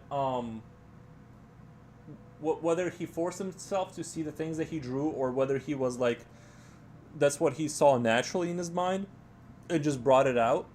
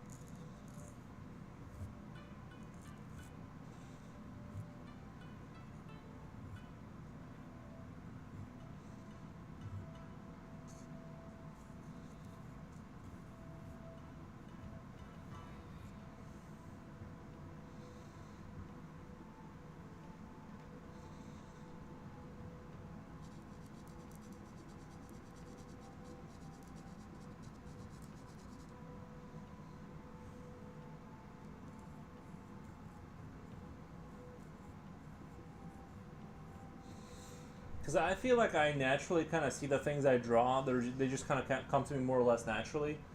But everyone who knew him and spoke about him said he was normal. He was also inspired by his nightmares. Oh, okay. Yeah, because I honestly like the ideas that come to me. They're more or less they're organically. You know what I mean? I don't like force anything. It's just like that's just how my mind works, and then I just execute on the ideas I have. So I just think it's interesting.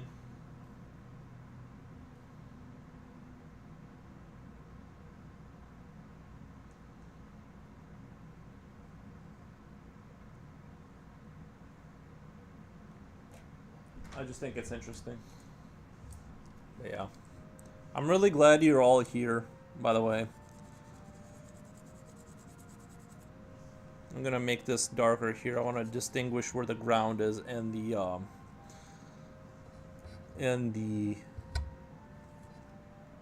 tree. Kind of want to do this worn-in road. I'm gonna draw these lines here and then kind of want to render them out. They're gonna make more sense when they're all kind of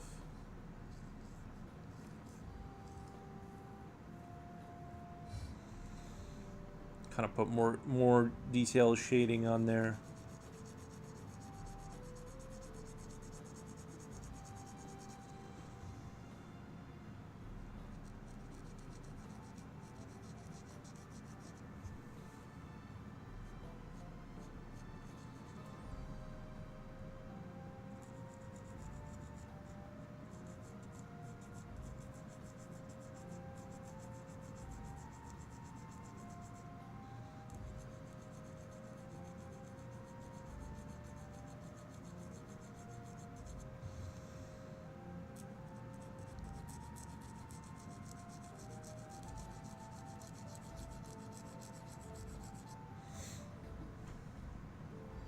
I'm glad to be here. It's so great to chat with others over shared interests. Nice.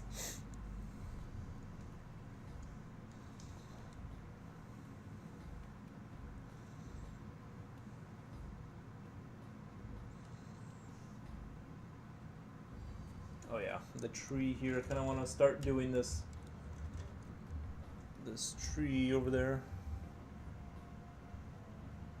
See how when I move things, it makes it worse. It's like just that light. It kind of just blows everything out right here. If only I could like somehow block enough light. Just a perfect amount of light.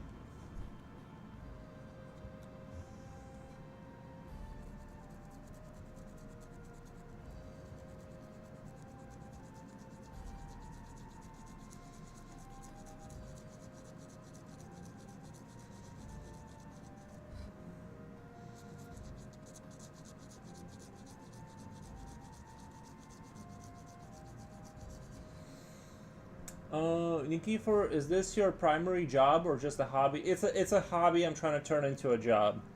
My actual job before this was manufacturing, which I don't recommend anyone do.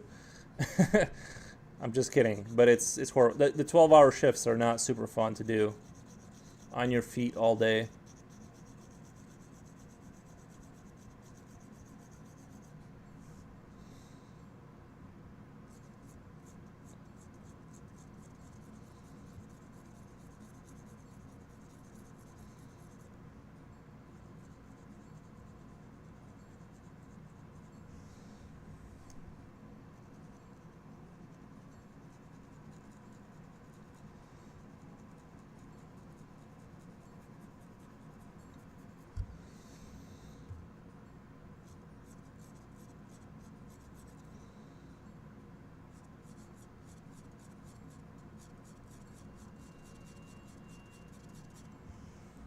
Can you guys hear the music? Oh, Anthony Denison, cheers. Thank you, man. Did you do industrial design or like assembly line? Like the bad kind. The bad kind. The assembly line. And it's not to say that there's not any creativity there or with problem solving, like machine troubleshooting or whatever. Because all you're really doing, I mean, you're doing some work, but vast majority of modern manufacturing is you're just there to fix the machine when it goes bad, which happens a lot, especially when they want to sort of increase the quota, and then the machine runs way faster than what it's supposed to push out the amount of product that they want, which is when I'm guessing that working a 12-hour shift in manufacturing would be tough on your hands. It was more the feet because you're standing up. It was more the feet problem. for me. But yeah, your hands, you know, you're just tired. Once you get done with work after a 12-hour shift, you're just tired, and you can't really commit to anything really meaningfully on a meaningful level. So it's kind of one of those things, you know.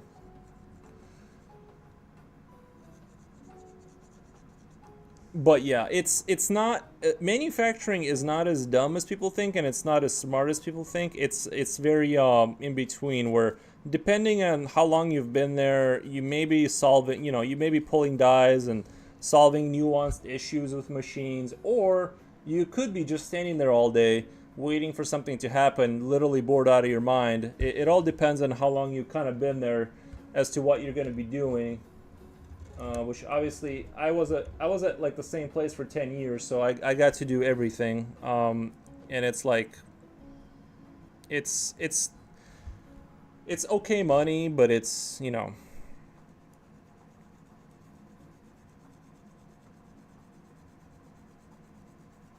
So I'm trying to get out of that nightmare and do art basically.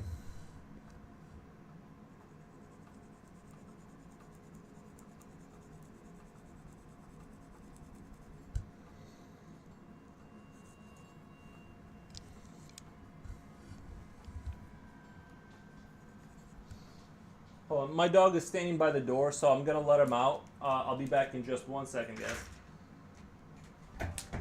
Hey, Wolf, come on. Here, come here.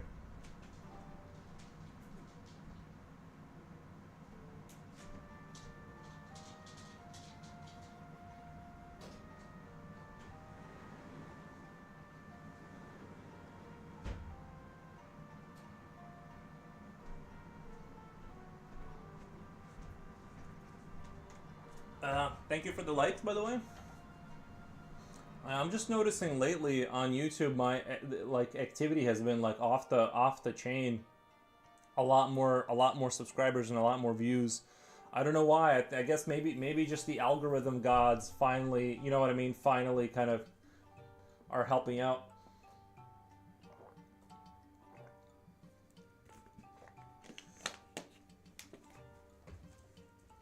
Service work is tedious too.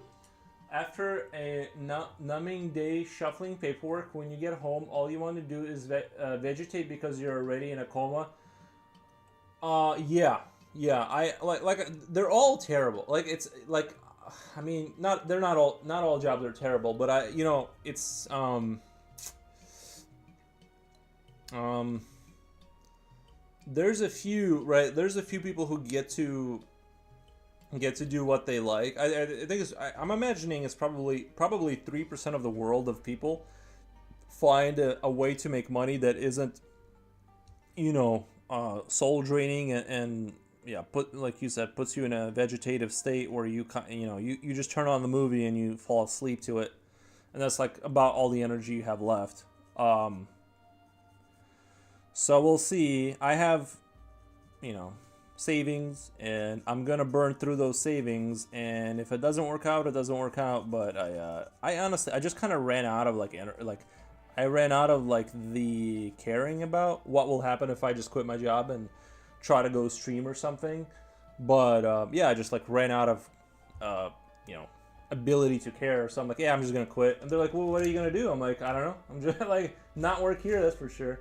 But no, no, I didn't. I left on good terms. By the way, I never like rubbed it in anybody's face or said anything mean to anybody. I left on good terms.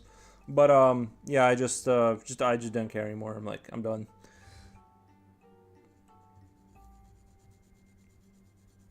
Because even if I stayed at my last job where I made quite decent money for the area I live in, for our area, you know, the money I made was good, but I was miserable, and I'm like, I rather draw gnomes, and like if I can figure out a way to like draw what I want, it would be 10.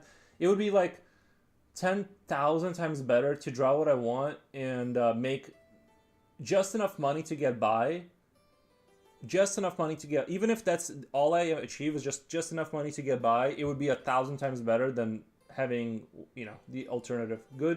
Good luck, focus, and consistency is a large part of it, and of course, talent.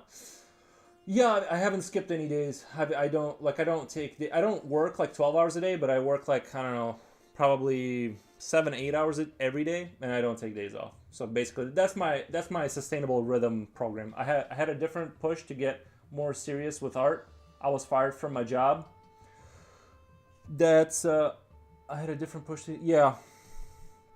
That'll do it. That'll do it. It's just like in Metropolis, both the book and the film. The work wasn't physically difficult. It was so simple and repetitive that it was mental torture. Yeah, I our job was annoying and like it was the issue also was like they kind of had like very unreasonable sort of demands on us. As somebody who was there, like once you're at a place for like 10 years, they kind of keep putting more and more on you without really considering, like, basically, there's only so much you can do, and they'll just add tasks to your day. Like, I already have like a full time thing that I'm doing, right? Like, you're not even really supposed to run 2 lines, or originally when the plant opened, then they slowly moved to 2 lines, and then it was 2 lines and go pull a die, and then it was, go train this guy while running 2 lines, and hey, if you got time, can you pull this die? And it's like pulling a die is like a 4 hour, thing. It can take all day basically, and it's like, well, not all day. It just depends on what goes wrong, right? And then they'll it really, I don't know. You just have to turn your brain off and it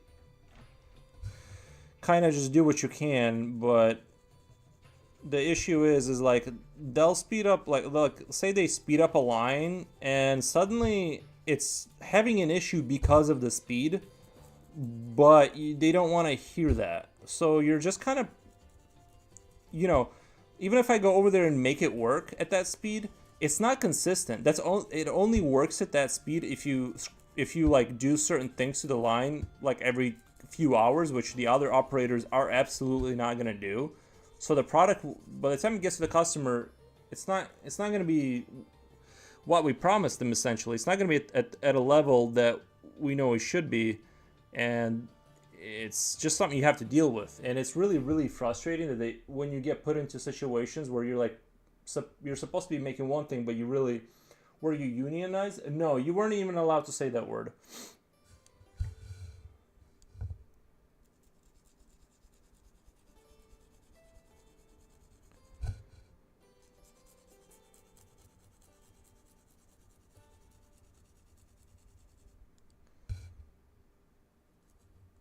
It was the amount of work that was required was it was not fun. It was not a fun that you rarely had a good day.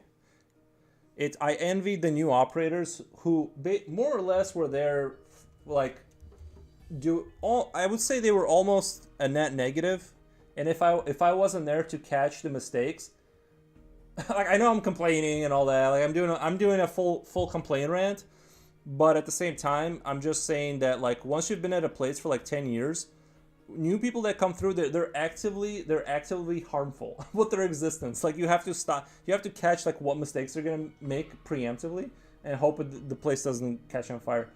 Sir Eddie, the little cartoon of me looked like he may have pushed you. Oh no, you guys are good. Oh, you guys want some stars? You guys can there's some stars for you guys to catch.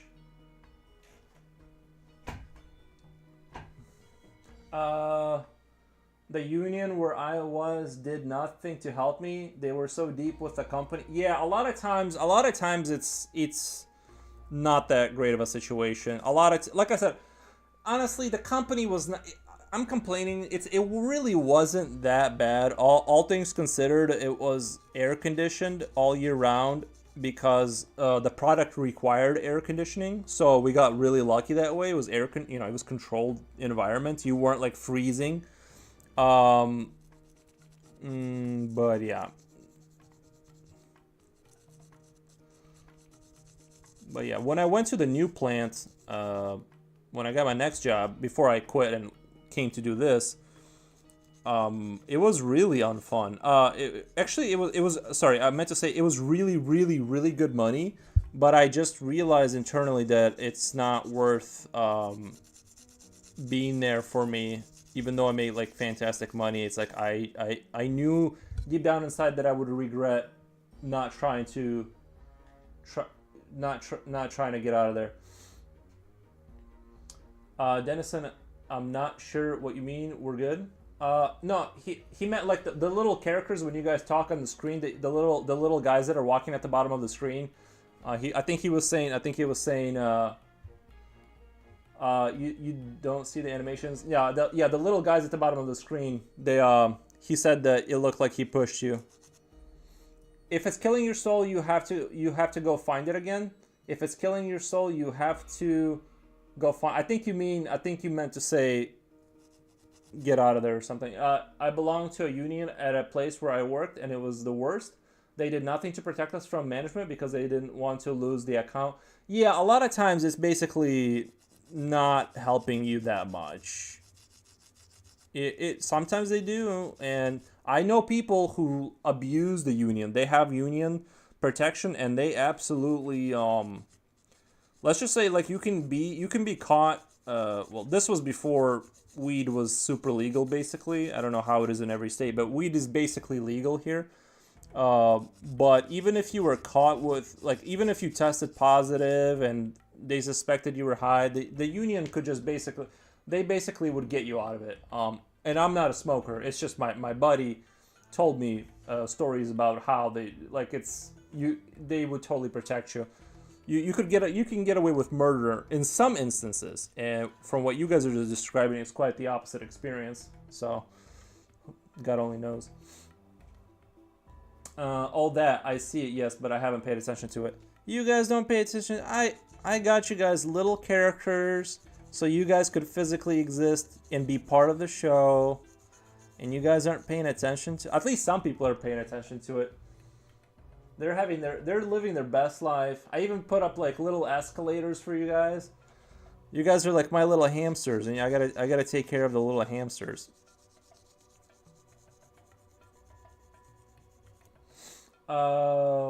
Anati Dennison, where are you? You sound European. Thank you. I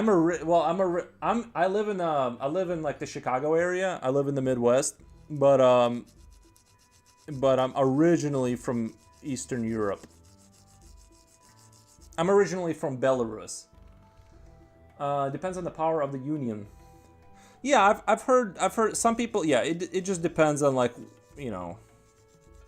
Sometimes it's great and sometimes it's not great. So it's just I honestly the last company I worked for was a fantastic company. I have zero complaints. I told them, I'm like, you guys are the best company I ever worked for, but I want to leave. It's not your fault. I just don't want to be in manufacturing anymore. I will throw myself off a building if I have to come back here again. And I put my 2 weeks in, and I'm like, hey, and then I put my vacation, and I'm like, dude, I'm sorry, I can't be here another day. Can't do it, sorry. I thought those characters were just decorations. No, they are you guys. They got your names on there and everything. When you say stuff, your text appears on there.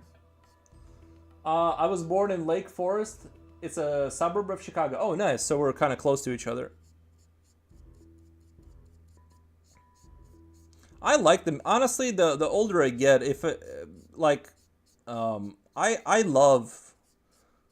I love where I live. It's somewhat of a rural town. It's sort of growing, but not too fast.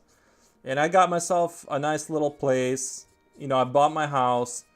I bought it outright. And, you know, I look around, and honestly, I never really loved, like, the area where I live until one day I realized I did love it. I'm like, you know what? It's fucking good here. I really like where I live. Yeah, it's like, if you're like, especially if you're like me and you want to sit inside and play video games and draw all day, you know what I mean? We have a great little town. A lot of people are like, once they get off work, it's basically like you either go to the bar or talk about sports.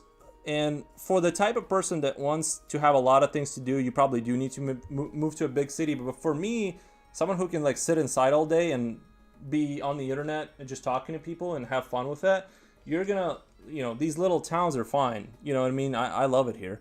But a lot of people who need a bigger kind of, you know, thing. They move, but like I said, I ended up I just aged into the little rural town, and I absolutely love it. I have fiber optic internet that was installed, and so we have great internet. We have we have good things here. It's just but you have to be comfortable with isolation, and there's not a lot to do other than drink. So if you don't do that, you know what I mean. Like you better enjoy the internet. I now live in a small town of Colorado. I don't need big cities. Yeah, the older I get, the more always thought I would move to a big city when I was younger. But now that I'm 34, I'm 34 by the way. But now that I'm at my age, I'm just like no, I like aged into the little town vibe, and I'm totally good with it.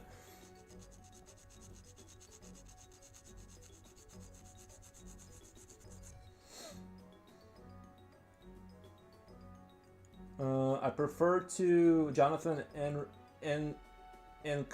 I prefer little towns, but currently live close to Denver. Sometimes the far left politics in New York City drives me nuts, but I'm so used to the population density here that other places seem depopulated by comparison. Yeah, that would take some getting used to. If you suddenly move to like I don't know, a farmhouse where your next door neighbor, like it's not like that for me, but I imagine you would probably go insane if you like moved into like where you know what I mean, like if your next door neighbor was like, I don't know, a drive away, like a short drive away, that would be quite a change in like psychologically.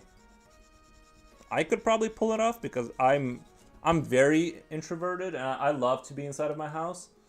I believe it, Eddie. Yeah, I love being just in my house. Honestly, I don't have any issues with it. I never feel bad. Like I never feel like alone. Well, I stream, so I basically talk to people. But even before then, I didn't have a huge desire to be around too many people.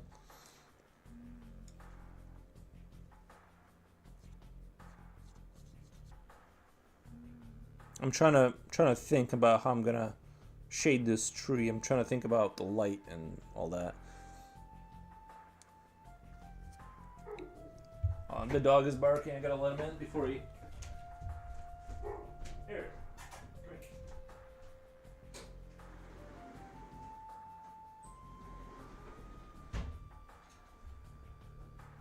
Come here, buddy. Let's show you to the internet.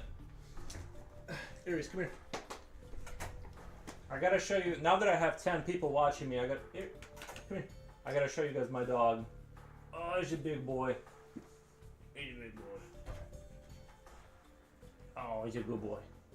Lives in a suburb outside of Philly. I lived in a suburb outside of Philly once a year. It was living death. I never want to live there again. I couldn't wait to get back to the big city. I walked through the mountains and forests with my dog for hours. I may have seen few gnomes, definitely a witch or two. I believe it.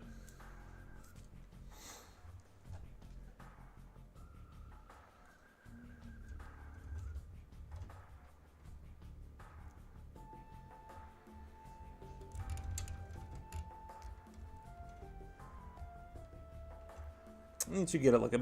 I'm not even sure if my camera is the issue or if it's my lighting system.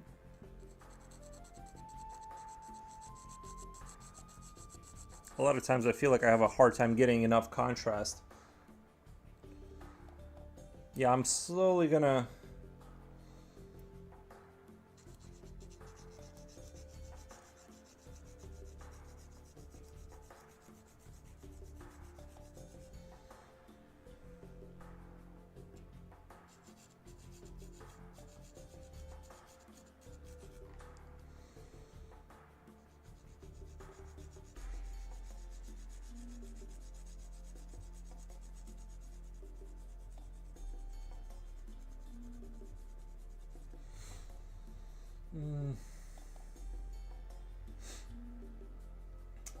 Yeah, I would love to live in a mountainous area because I feel like I yearn for the mountains.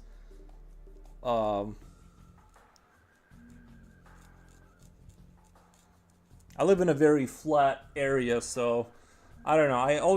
I would love to live in like a pine tree and forest kind of environment. Like imagine living like having like if your house had like like a one of those half I don't know, like an open kind of concept, like where you had like a big window that you set inside of a open concept kind of window thing, looking overlooking like a forested mountain, right, with a lake, and you just stream and draw all day. Doesn't that sound like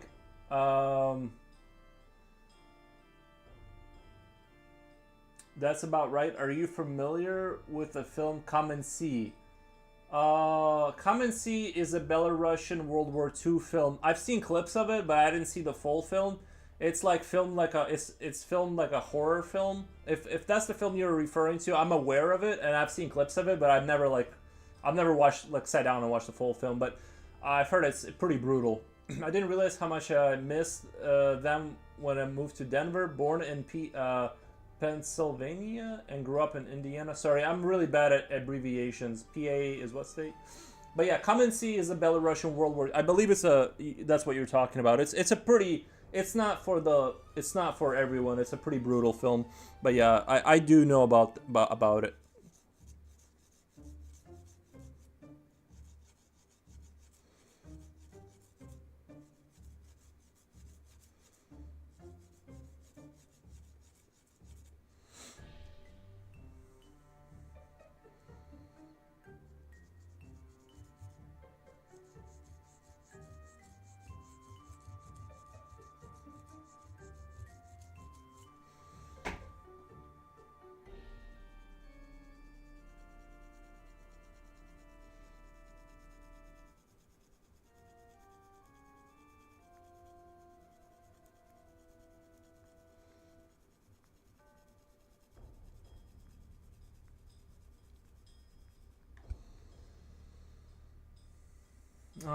It's an incredible film, very disgusting. Yeah, I think it's important that people. Well, I don't want to. Nobody should probably see it, but it's a good it's a film. It's good because it sort of really paints war in a not. You know what I mean? It kind of like shows the what war really is. So yeah, it's pretty. It's not for everybody.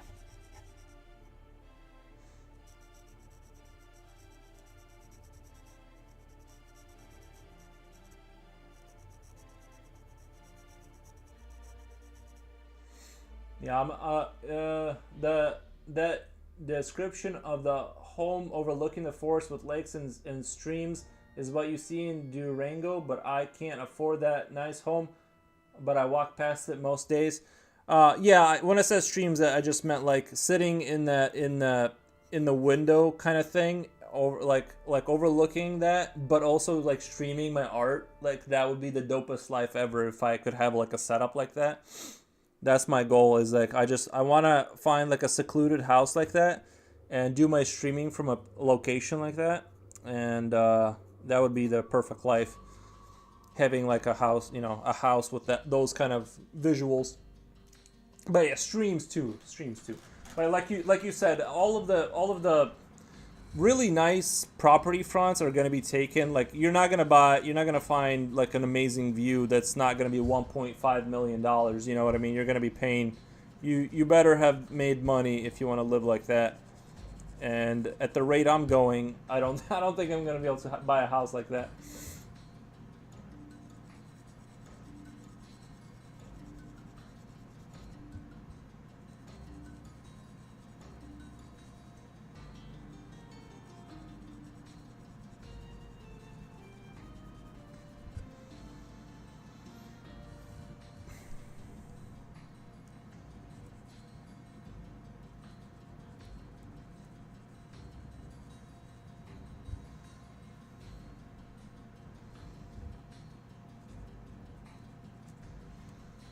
You're right. You better have a few million for such a home. Yeah, and then the insurance and all of the other good stuff that goes along with owning a home like that. But it's okay. I have a good imagination. I can imagine having a house like that. I can't quite afford one. or even really get close to affording something like that. But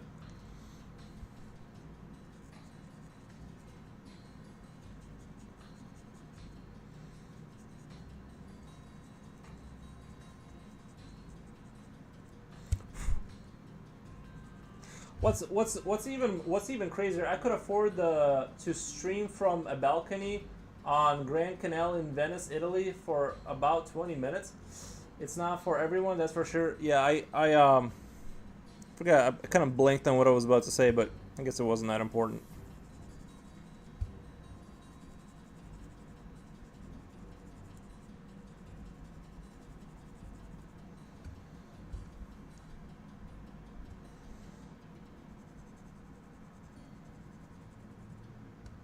I also like. I don't need a big house. To be honest, like I wouldn't need a huge property or anything like that. I don't want to maintain a huge property. That's the other thing. Um, Another wild dream I've always had is to take like an abandoned factory or like some sort of like a train station or industrial building and convert it into like a really cool loft kind of, you know what I mean, one of those like really cool industrial, like stylized into a modern home inside kind of vibe. I've always wanted to do that, and like maybe even if it was like a train station that was like in the, I don't know, middle of a forest somewhere that nobody wanted. Like they have a lot of times they have like that old style architecture, and if I were to buy that and like have like a train cabin outside where you could like drink coffee or something, you know what I mean? Like that kind of idea would be like really really cool. But a lot of those ideas with permits and all that, all of those like fantasy buildings that would be cool to build, the amount of money you need just to get like the permits and stuff is just insane. The edge of the mushroom cap on the bottom reminds me of alien's head. uh the edge of the mushroom cap on the bottom reminds me of the alien's head. I think you mean like this right here, this shape.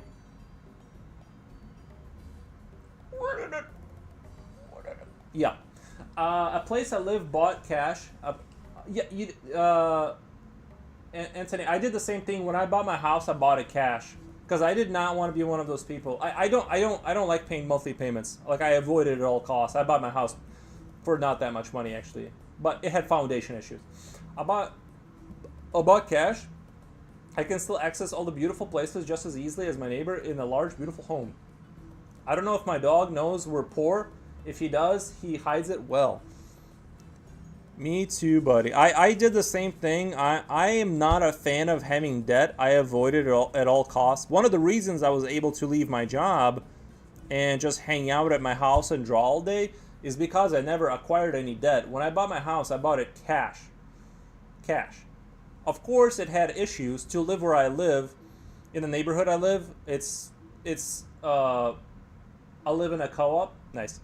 Yeah, I had to buy a house that had a lot of problems, and I fixed those problems, and then I quit my job. And my expenses, the reason I'm able to not work, are very low because of that. So I eat food and pay bills, and I don't have a lot of expenses because of that. And that's the only, I really believe in like living simple like that. I don't like to don't get me wrong, if I just had money coming out of me, I would probably go buy, I don't know, a new Toyota or something. But I don't know. But uh, other than that, I'm not really a debt guy. Not a fan of it.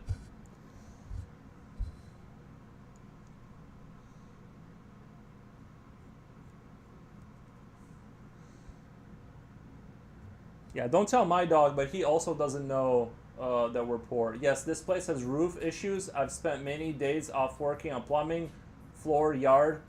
Yep. I just had a hole in my house when I bought it. With no debt, as long as you pay your property taxes, no one can take your home away from you.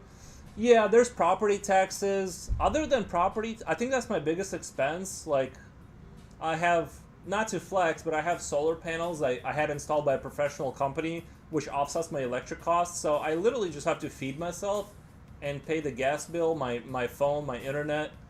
My expenses have been driven to as low as you can possibly drive it down. If it wasn't for my dog, which I feed really good food.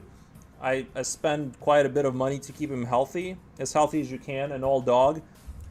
It'd be driven down even more extremely low. Or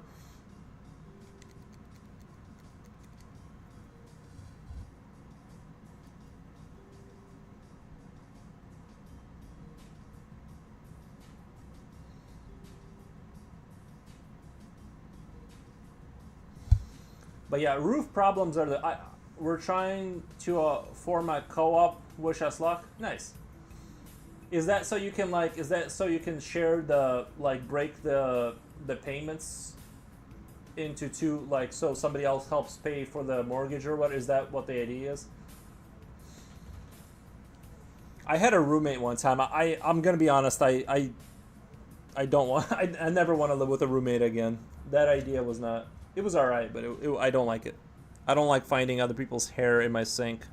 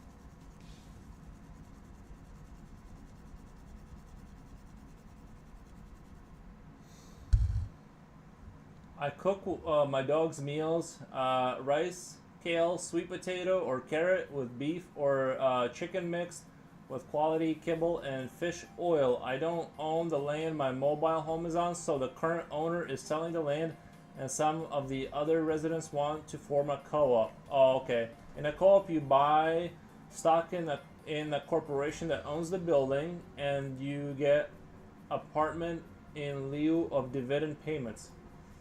Okay, that sounds complicated. It sounds a little complicated, but I get it.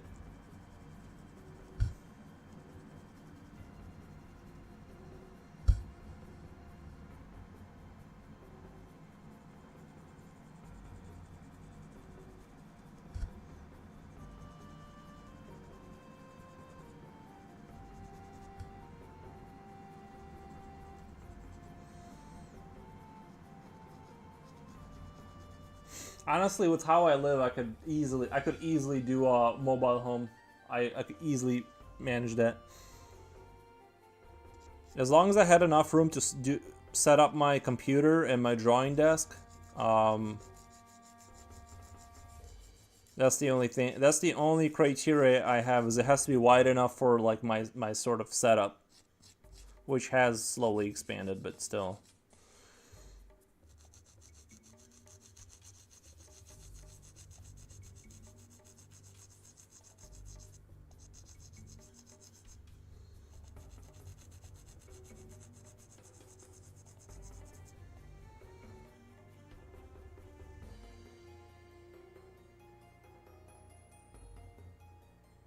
Where are you online? I must leave, but I would like to stalk you online. You can stalk my Instagram if you want. Uh, other than you, like I'm on YouTube obviously, but you can. I'll throw you the link to my Instagram, and you can see like all my finished artworks and stuff like that. Let me throw you my. Where are we at here? You can follow me on Instagram.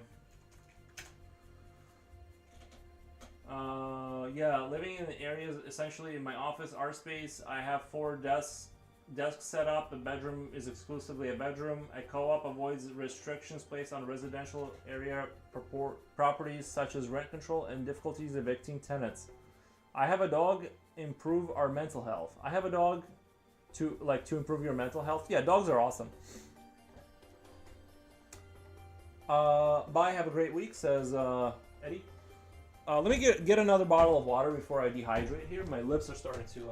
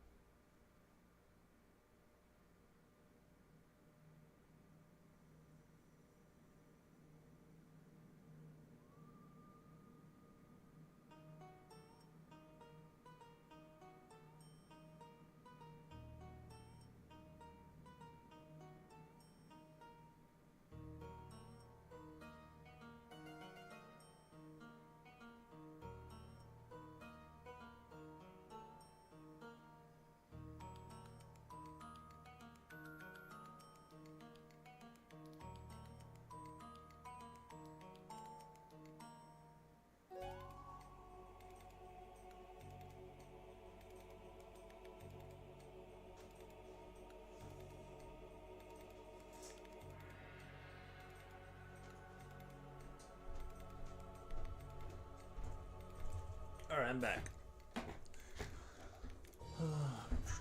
So true, my dog has done wonders for my spirit. He talks to me on long walks, and I've lost 40 pounds since I've had him. Nice.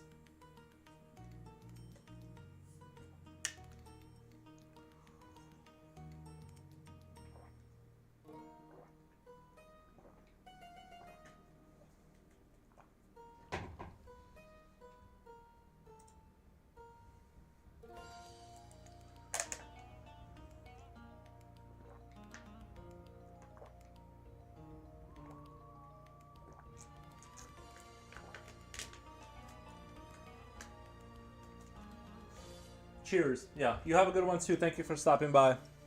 I'm here every single day, basically, streaming.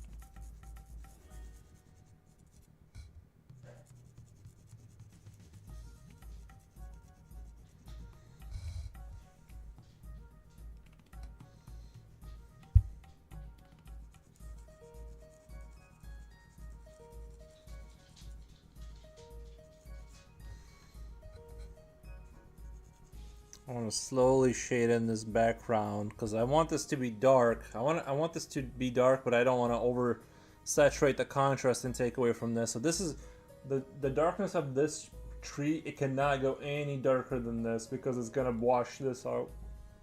So I have to be very careful. I would say this is even a little too dark. I wish I was a little bit more careful with that.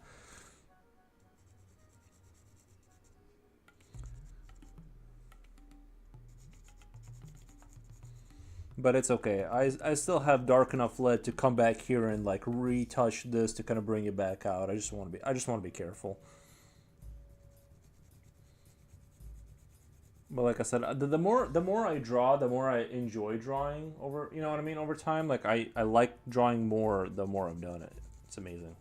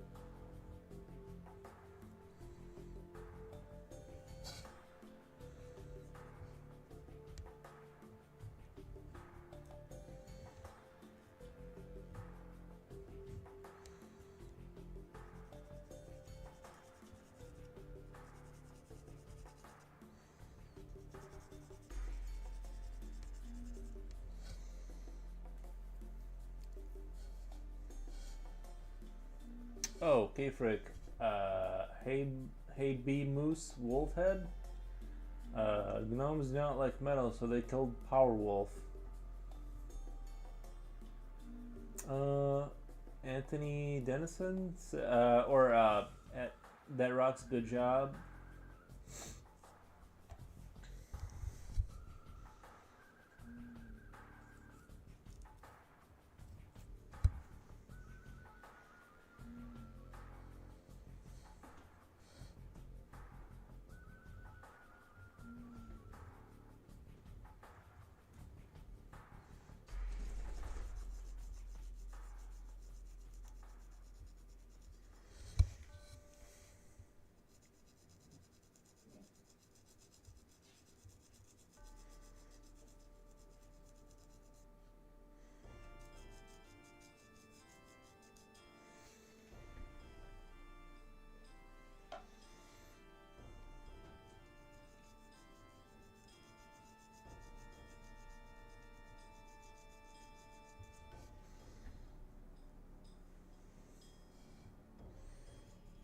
Yeah, I think in my mind's eye, the gnomes were just not happy with the wolf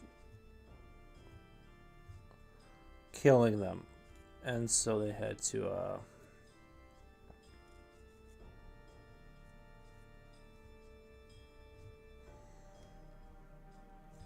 hunt him down.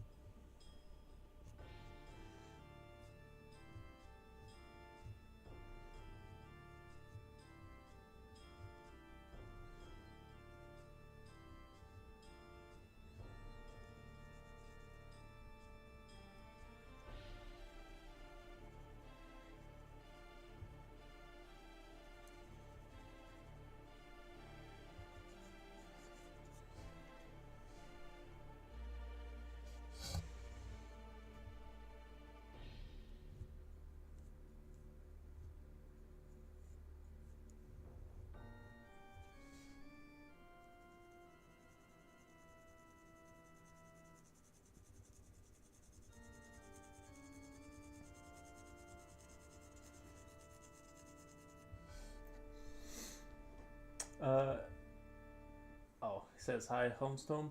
2 more hours and finished. They will make wolf soup. Yeah, wolf soup. I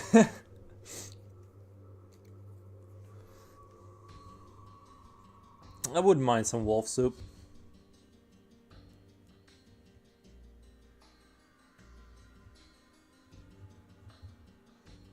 I think I'm just gonna do a 5-hour stream today because of the I have a side project that I'm working on, and I want to have some energy for it. And I also got to tape over, because it's going to be cold for a while. I have to tape over some of my windows that I noticed were drafting in a bunch of cold wind. So I do want, with Coronator, they will make a wolf soup with Coronator. I gotta, like I was saying, I gotta tape over some of the windows that I noticed were letting in a horrific amount of cold air. So I kind of want to take care of that tonight. So I think I'm gonna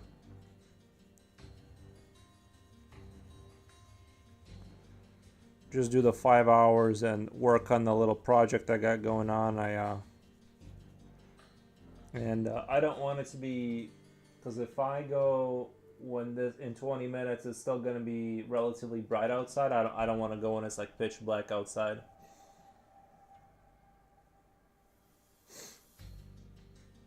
Coriander. Gotta go, guys. It was great chatting with you. Have a great week. Yeah, you too, Eddie. We appreciate you being here on the stream. It was super fun getting to know about New York. I didn't know anything about New York, and now I know I'll be fine if I go there now. Or at least, I assume. I hope. One day I'll go. I just need to become a rich Twitcher first.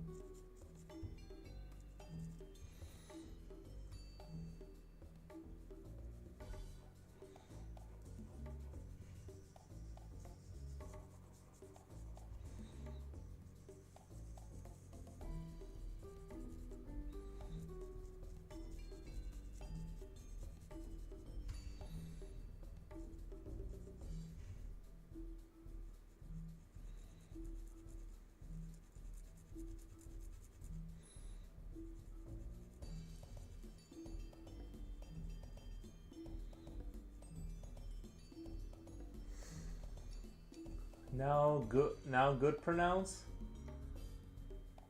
Coriander. I'm just reading what I'm reading. Coriander.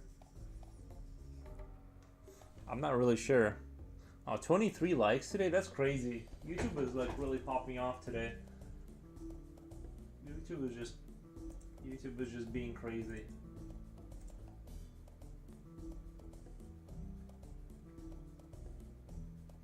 And it's like, for some reason, I'm telling you, the algorithm gods, they're just picking up the channel now. I would get like 1 subscriber every other stream or something like that. Now it's like 7 a stream, or you know, it's picked up the pace significantly. That's why I kind of want to sit here and like render this picture out really good, because I kind of don't want to switch to a different subject and then the algorithm gods will just drop me. You know what I mean? I don't know. Sometimes it's hard to get a stream that gets any kind of views.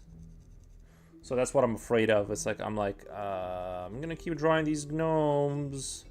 YouTube, help me out with the algorithm. So I'm gonna spend extra time rendering this all this out.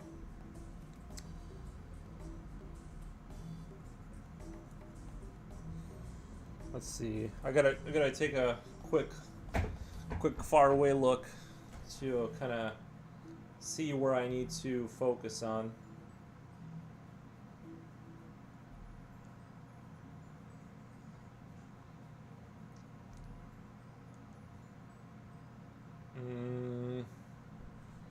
Well, let's kind of come down here. I kind of want to get this. I kind of want to get this corner here. I want to get the edge of this road needs to be darkened in.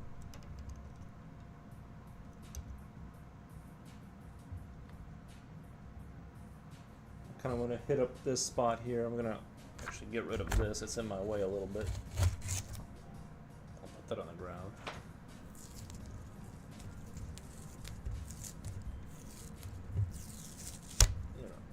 lift it up a little bit, and I kind of want to work that corner because I want this. I want to reiterate how dark this is gonna be relative to everything else. Nimbu, hi again. Welcome, Nimbu. Welcome, Nimbu. Kiddo B, next cast should be Revenge of the Werewolf. We should do Revenge of the Werewolf. Oh yeah, I was gonna say, doesn't this angle seem way more cozy? Like, I went back to this angle, but I made it more extreme, simply because I was like, the other angle and gnomes. Oh my god, gnome soup would be dark. Gnome soup would be dark. Like, he could have a plate full of their little hats and stuff.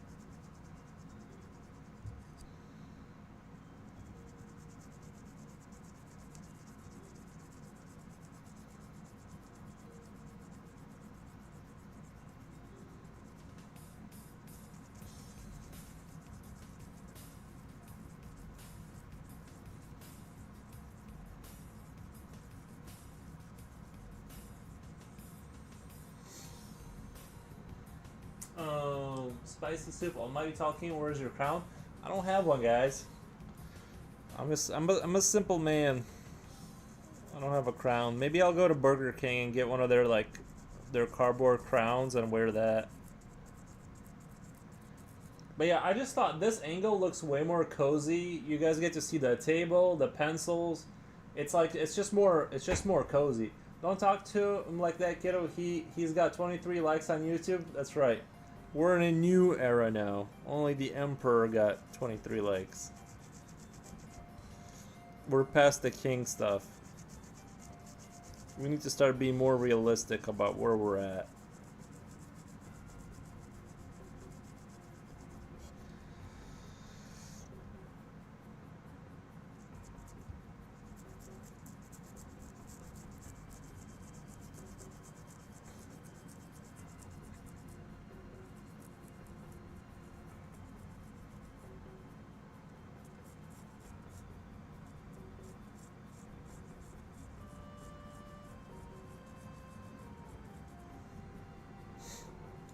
Sorry, the peasant is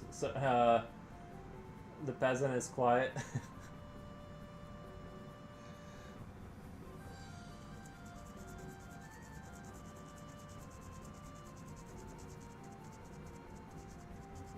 Is the mic picking up the pencil? This pencil scraping?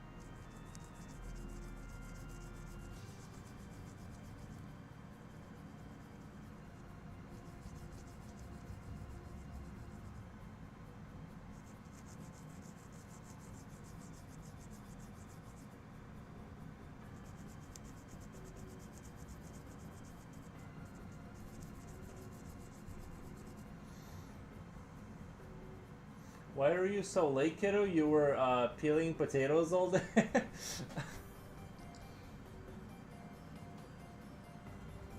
I've been trying to, I was streaming all day, waiting for you guys. She did comment earlier. Kiddo did comment earlier, but then disappeared. But yeah, I've been having a great time. You, like I said, Twitch has been pretty much dead in the like just dead all day, and YouTube just like kind of saved.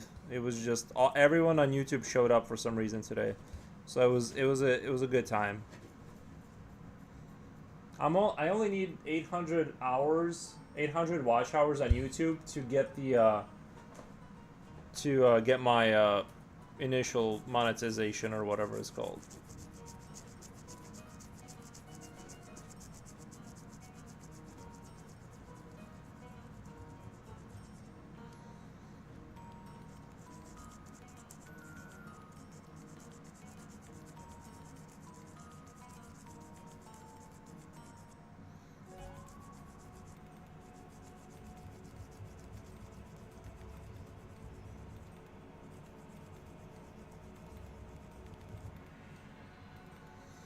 Anthony Dennison. Okay, I've returned. Everyone may rest easy. Nice, man.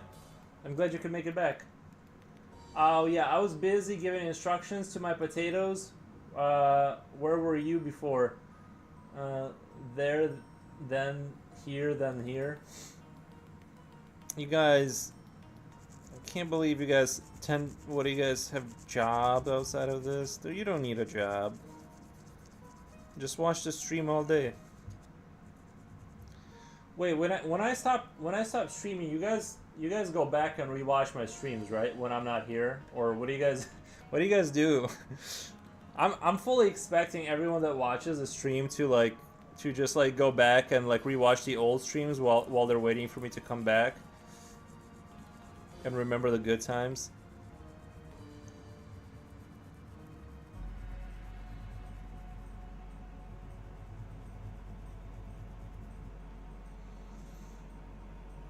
Going to be not today. Taking a shower.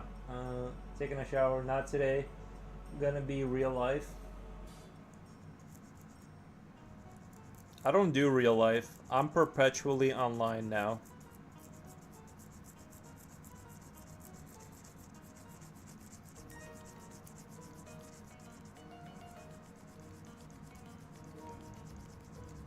I literally just exist on the internet.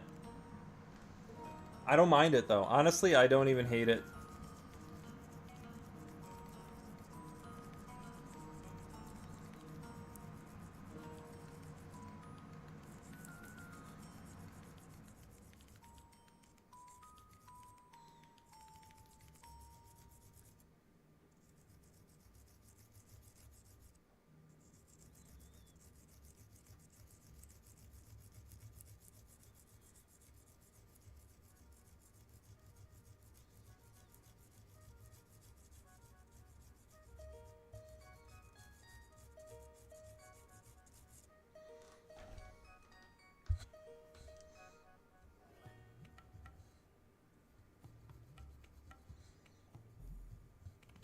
Do they sell dehydrated meat over in your guys' countries? I'm just curious because that'll have a lot to do with where I decide to go.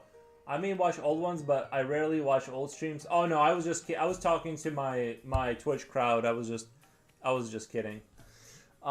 Streaming while drawing, I imagine, helps a person feel less isolated. That's kind of like why I thought, I'm like, this is a good idea. It came from cartoon. You are Willie E. Coyote. It's like Sims but extreme. Bulbasaur. Yeah, I'm streaming to Twitch at the same time. That's what sometimes I talk to those people over there. Those people, I call them. The Twitch crowd, they're more like my peasants, and I just tell them to dance when I'm ready for them to dance. Oh, Silver, welcome to the stream. Yes, the masterpiece is all coming together. Thank you for stopping by, Silver. I'm gonna do dance. I'm gonna dance for you guys. Yeah, super supportive peasants. Yes. Do you guys have dehydrated meat over there, right? Like I'm assuming, cause I can't leave my country because I need to, unless I grab a backpack full of like pork that I've dried out, so I can survive off of the food I eat. Silver Comment says, "Welcome, thank you."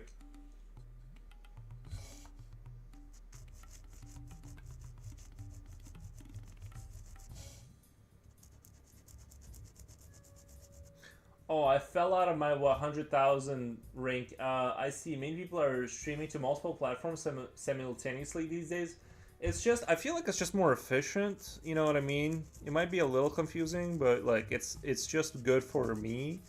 I think if you're starting in 2020, well, 2025 now, but if you're starting now with streaming, I think like if you don't have a name already, if you're not established like me, like just growing, kind of trying to grow a micro channel, I think the best thing to do is do multi-streaming, just because like converting someone to a different platform is basically impossible.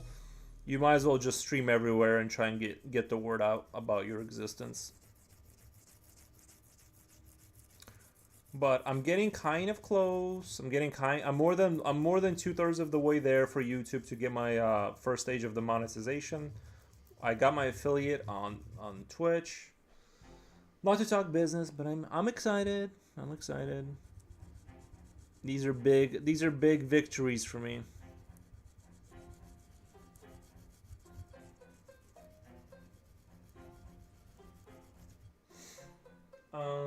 You like it? But I have nice butt, says Kfrick. Nice. Thank you, Kfrick, for your words of wisdom.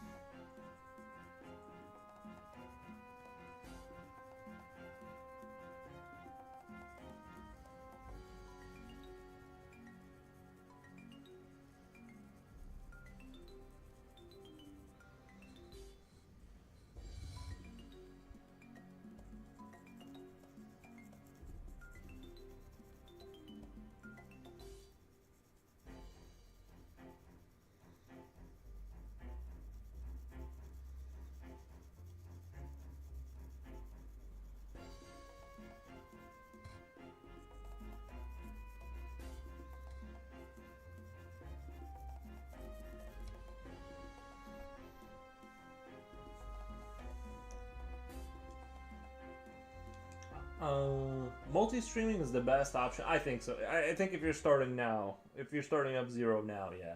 I can see the argument of like big Twitch streamers not doing, only doing one platform, because Twitch works in such a way that like when you have a lot of viewers, you get more viewers. And so if you are already like well established there, you may not want to break up your audience, because then you'll lose viewers on Twitch.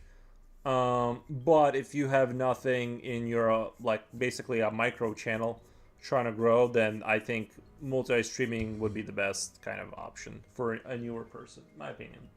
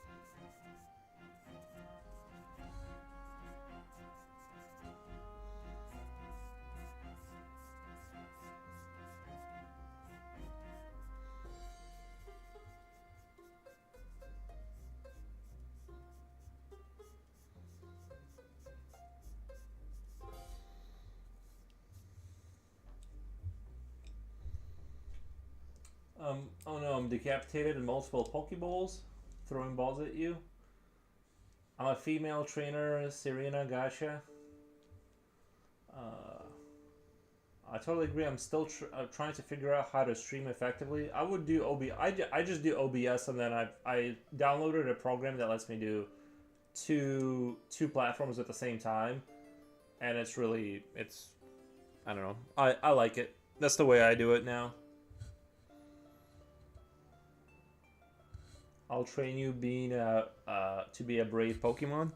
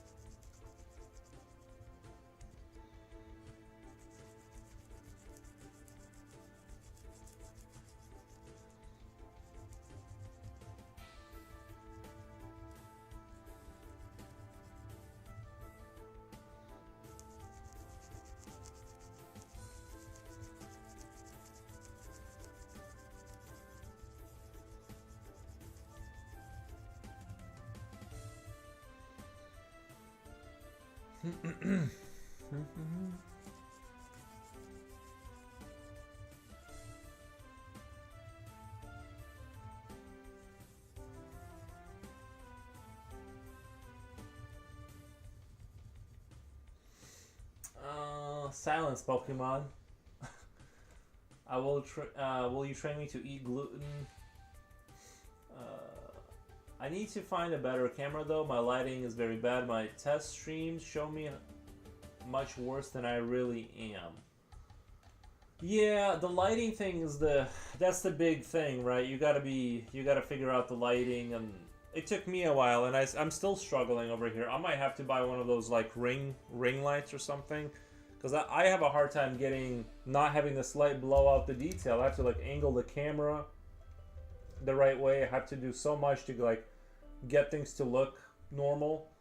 Yeah, it's a streaming live art, like you actually drawing it, is like 10 times more complicated than just streaming digital art. But I feel strongly that this is the direction I want to go in, because I'm an enjoyer of holding tools in my hands, and that's kind of what I am into. So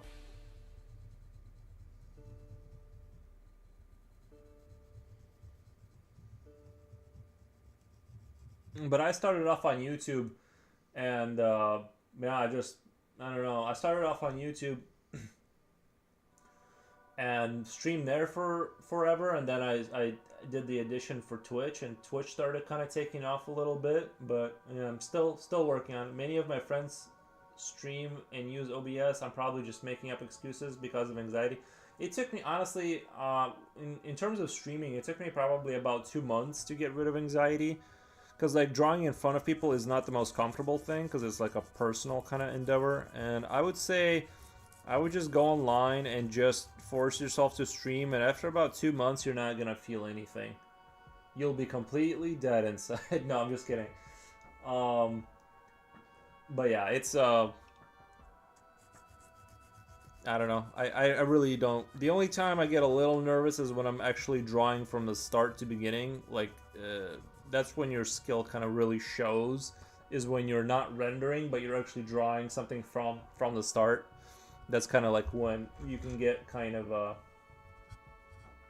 it can be not super fun if things don't go well. You just look stupid at that point.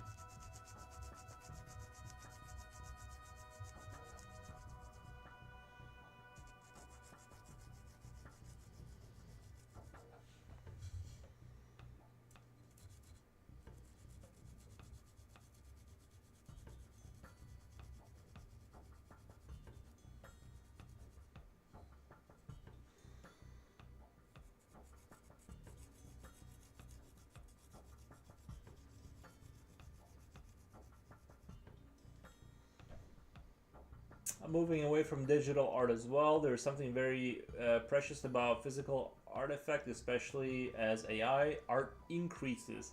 Yeah, you can't fake. I mean, I guess they could fake like real art. You know what I mean? They could fake it in terms of like showing you I mean, I guess it could get advanced enough to where you could be watching this video right now and this could all be AI generated, I guess, but that's going to be not, it's going to be a little while before that becomes reality, I hope.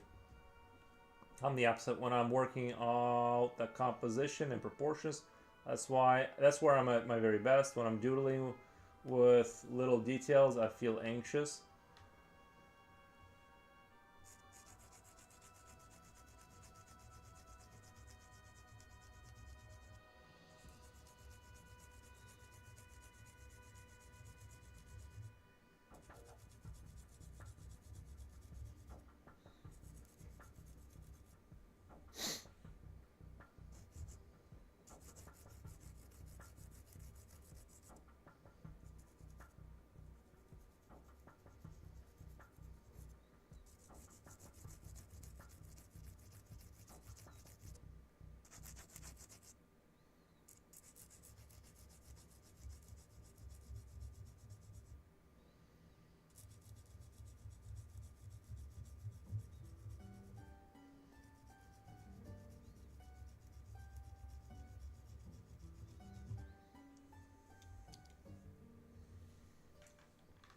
There is enough inspiration on the internet, says K-Frick, but we are different peasants.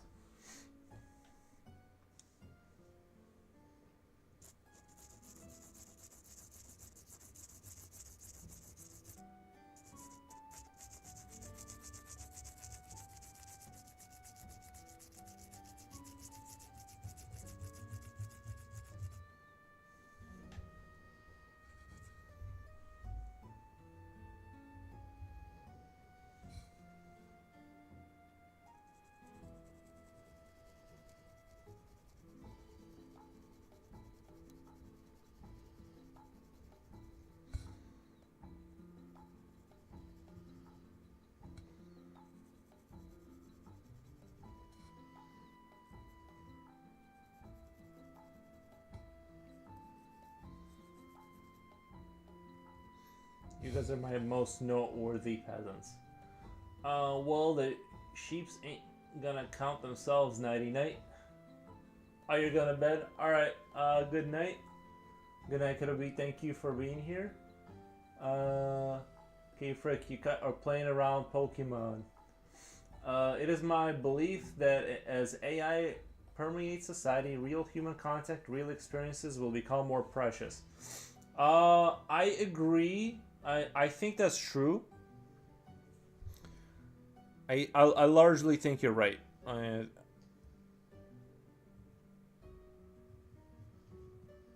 To some people, but I think there's gonna be like there's already people who on Twitch like they say like they don't watch flesh streamers, so they're already disconnected enough that they'll only watch like you know those VTubers like cartoon people talking into the camera or whatever microphone, and they have no desire to watch like the streamers that like show themselves in front of a camera. So I think there's gonna be the older generation that's still connected to and wants to watch like live art and stuff, but I think the newer people are just gonna be fine with they're gonna be just fine with watching, you know, AI art, like a video of AI just generating art, I guess, like or whatever, and then there's gonna be like a kangaroo person, like anime kangaroo person, just talking, and that's also gonna be, you know, rendered out by ChatGPT, and that's kind of how I see things going mostly.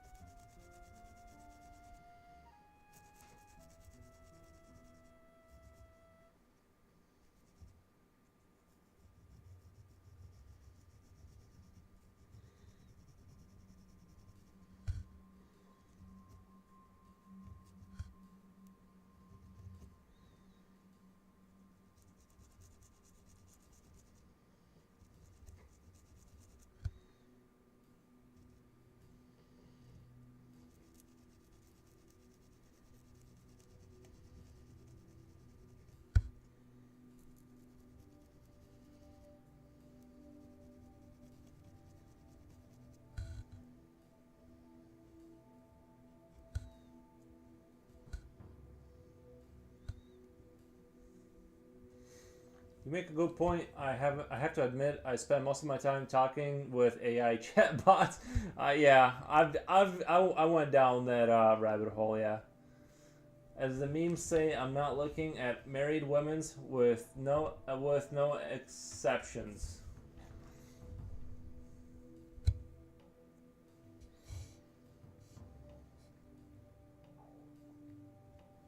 I enjoyed my time with ChatGPT, but then I started streaming because I'm like, eventually someone's gonna watch my channel.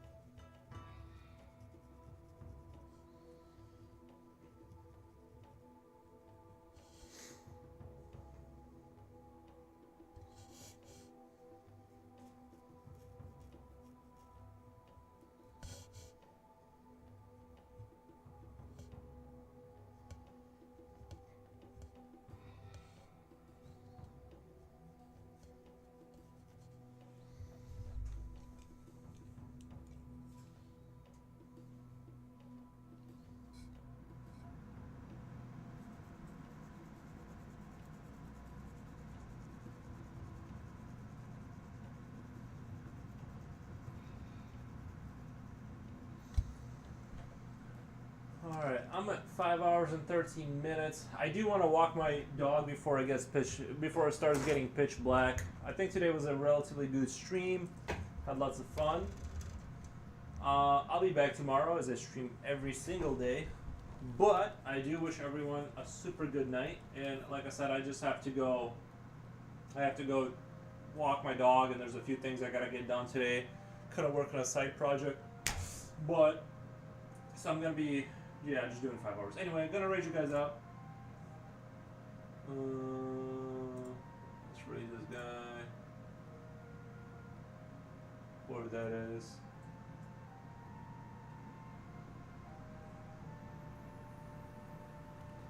Good day, nice C4. You too, man. Alright, I'm just rating out my Twitch.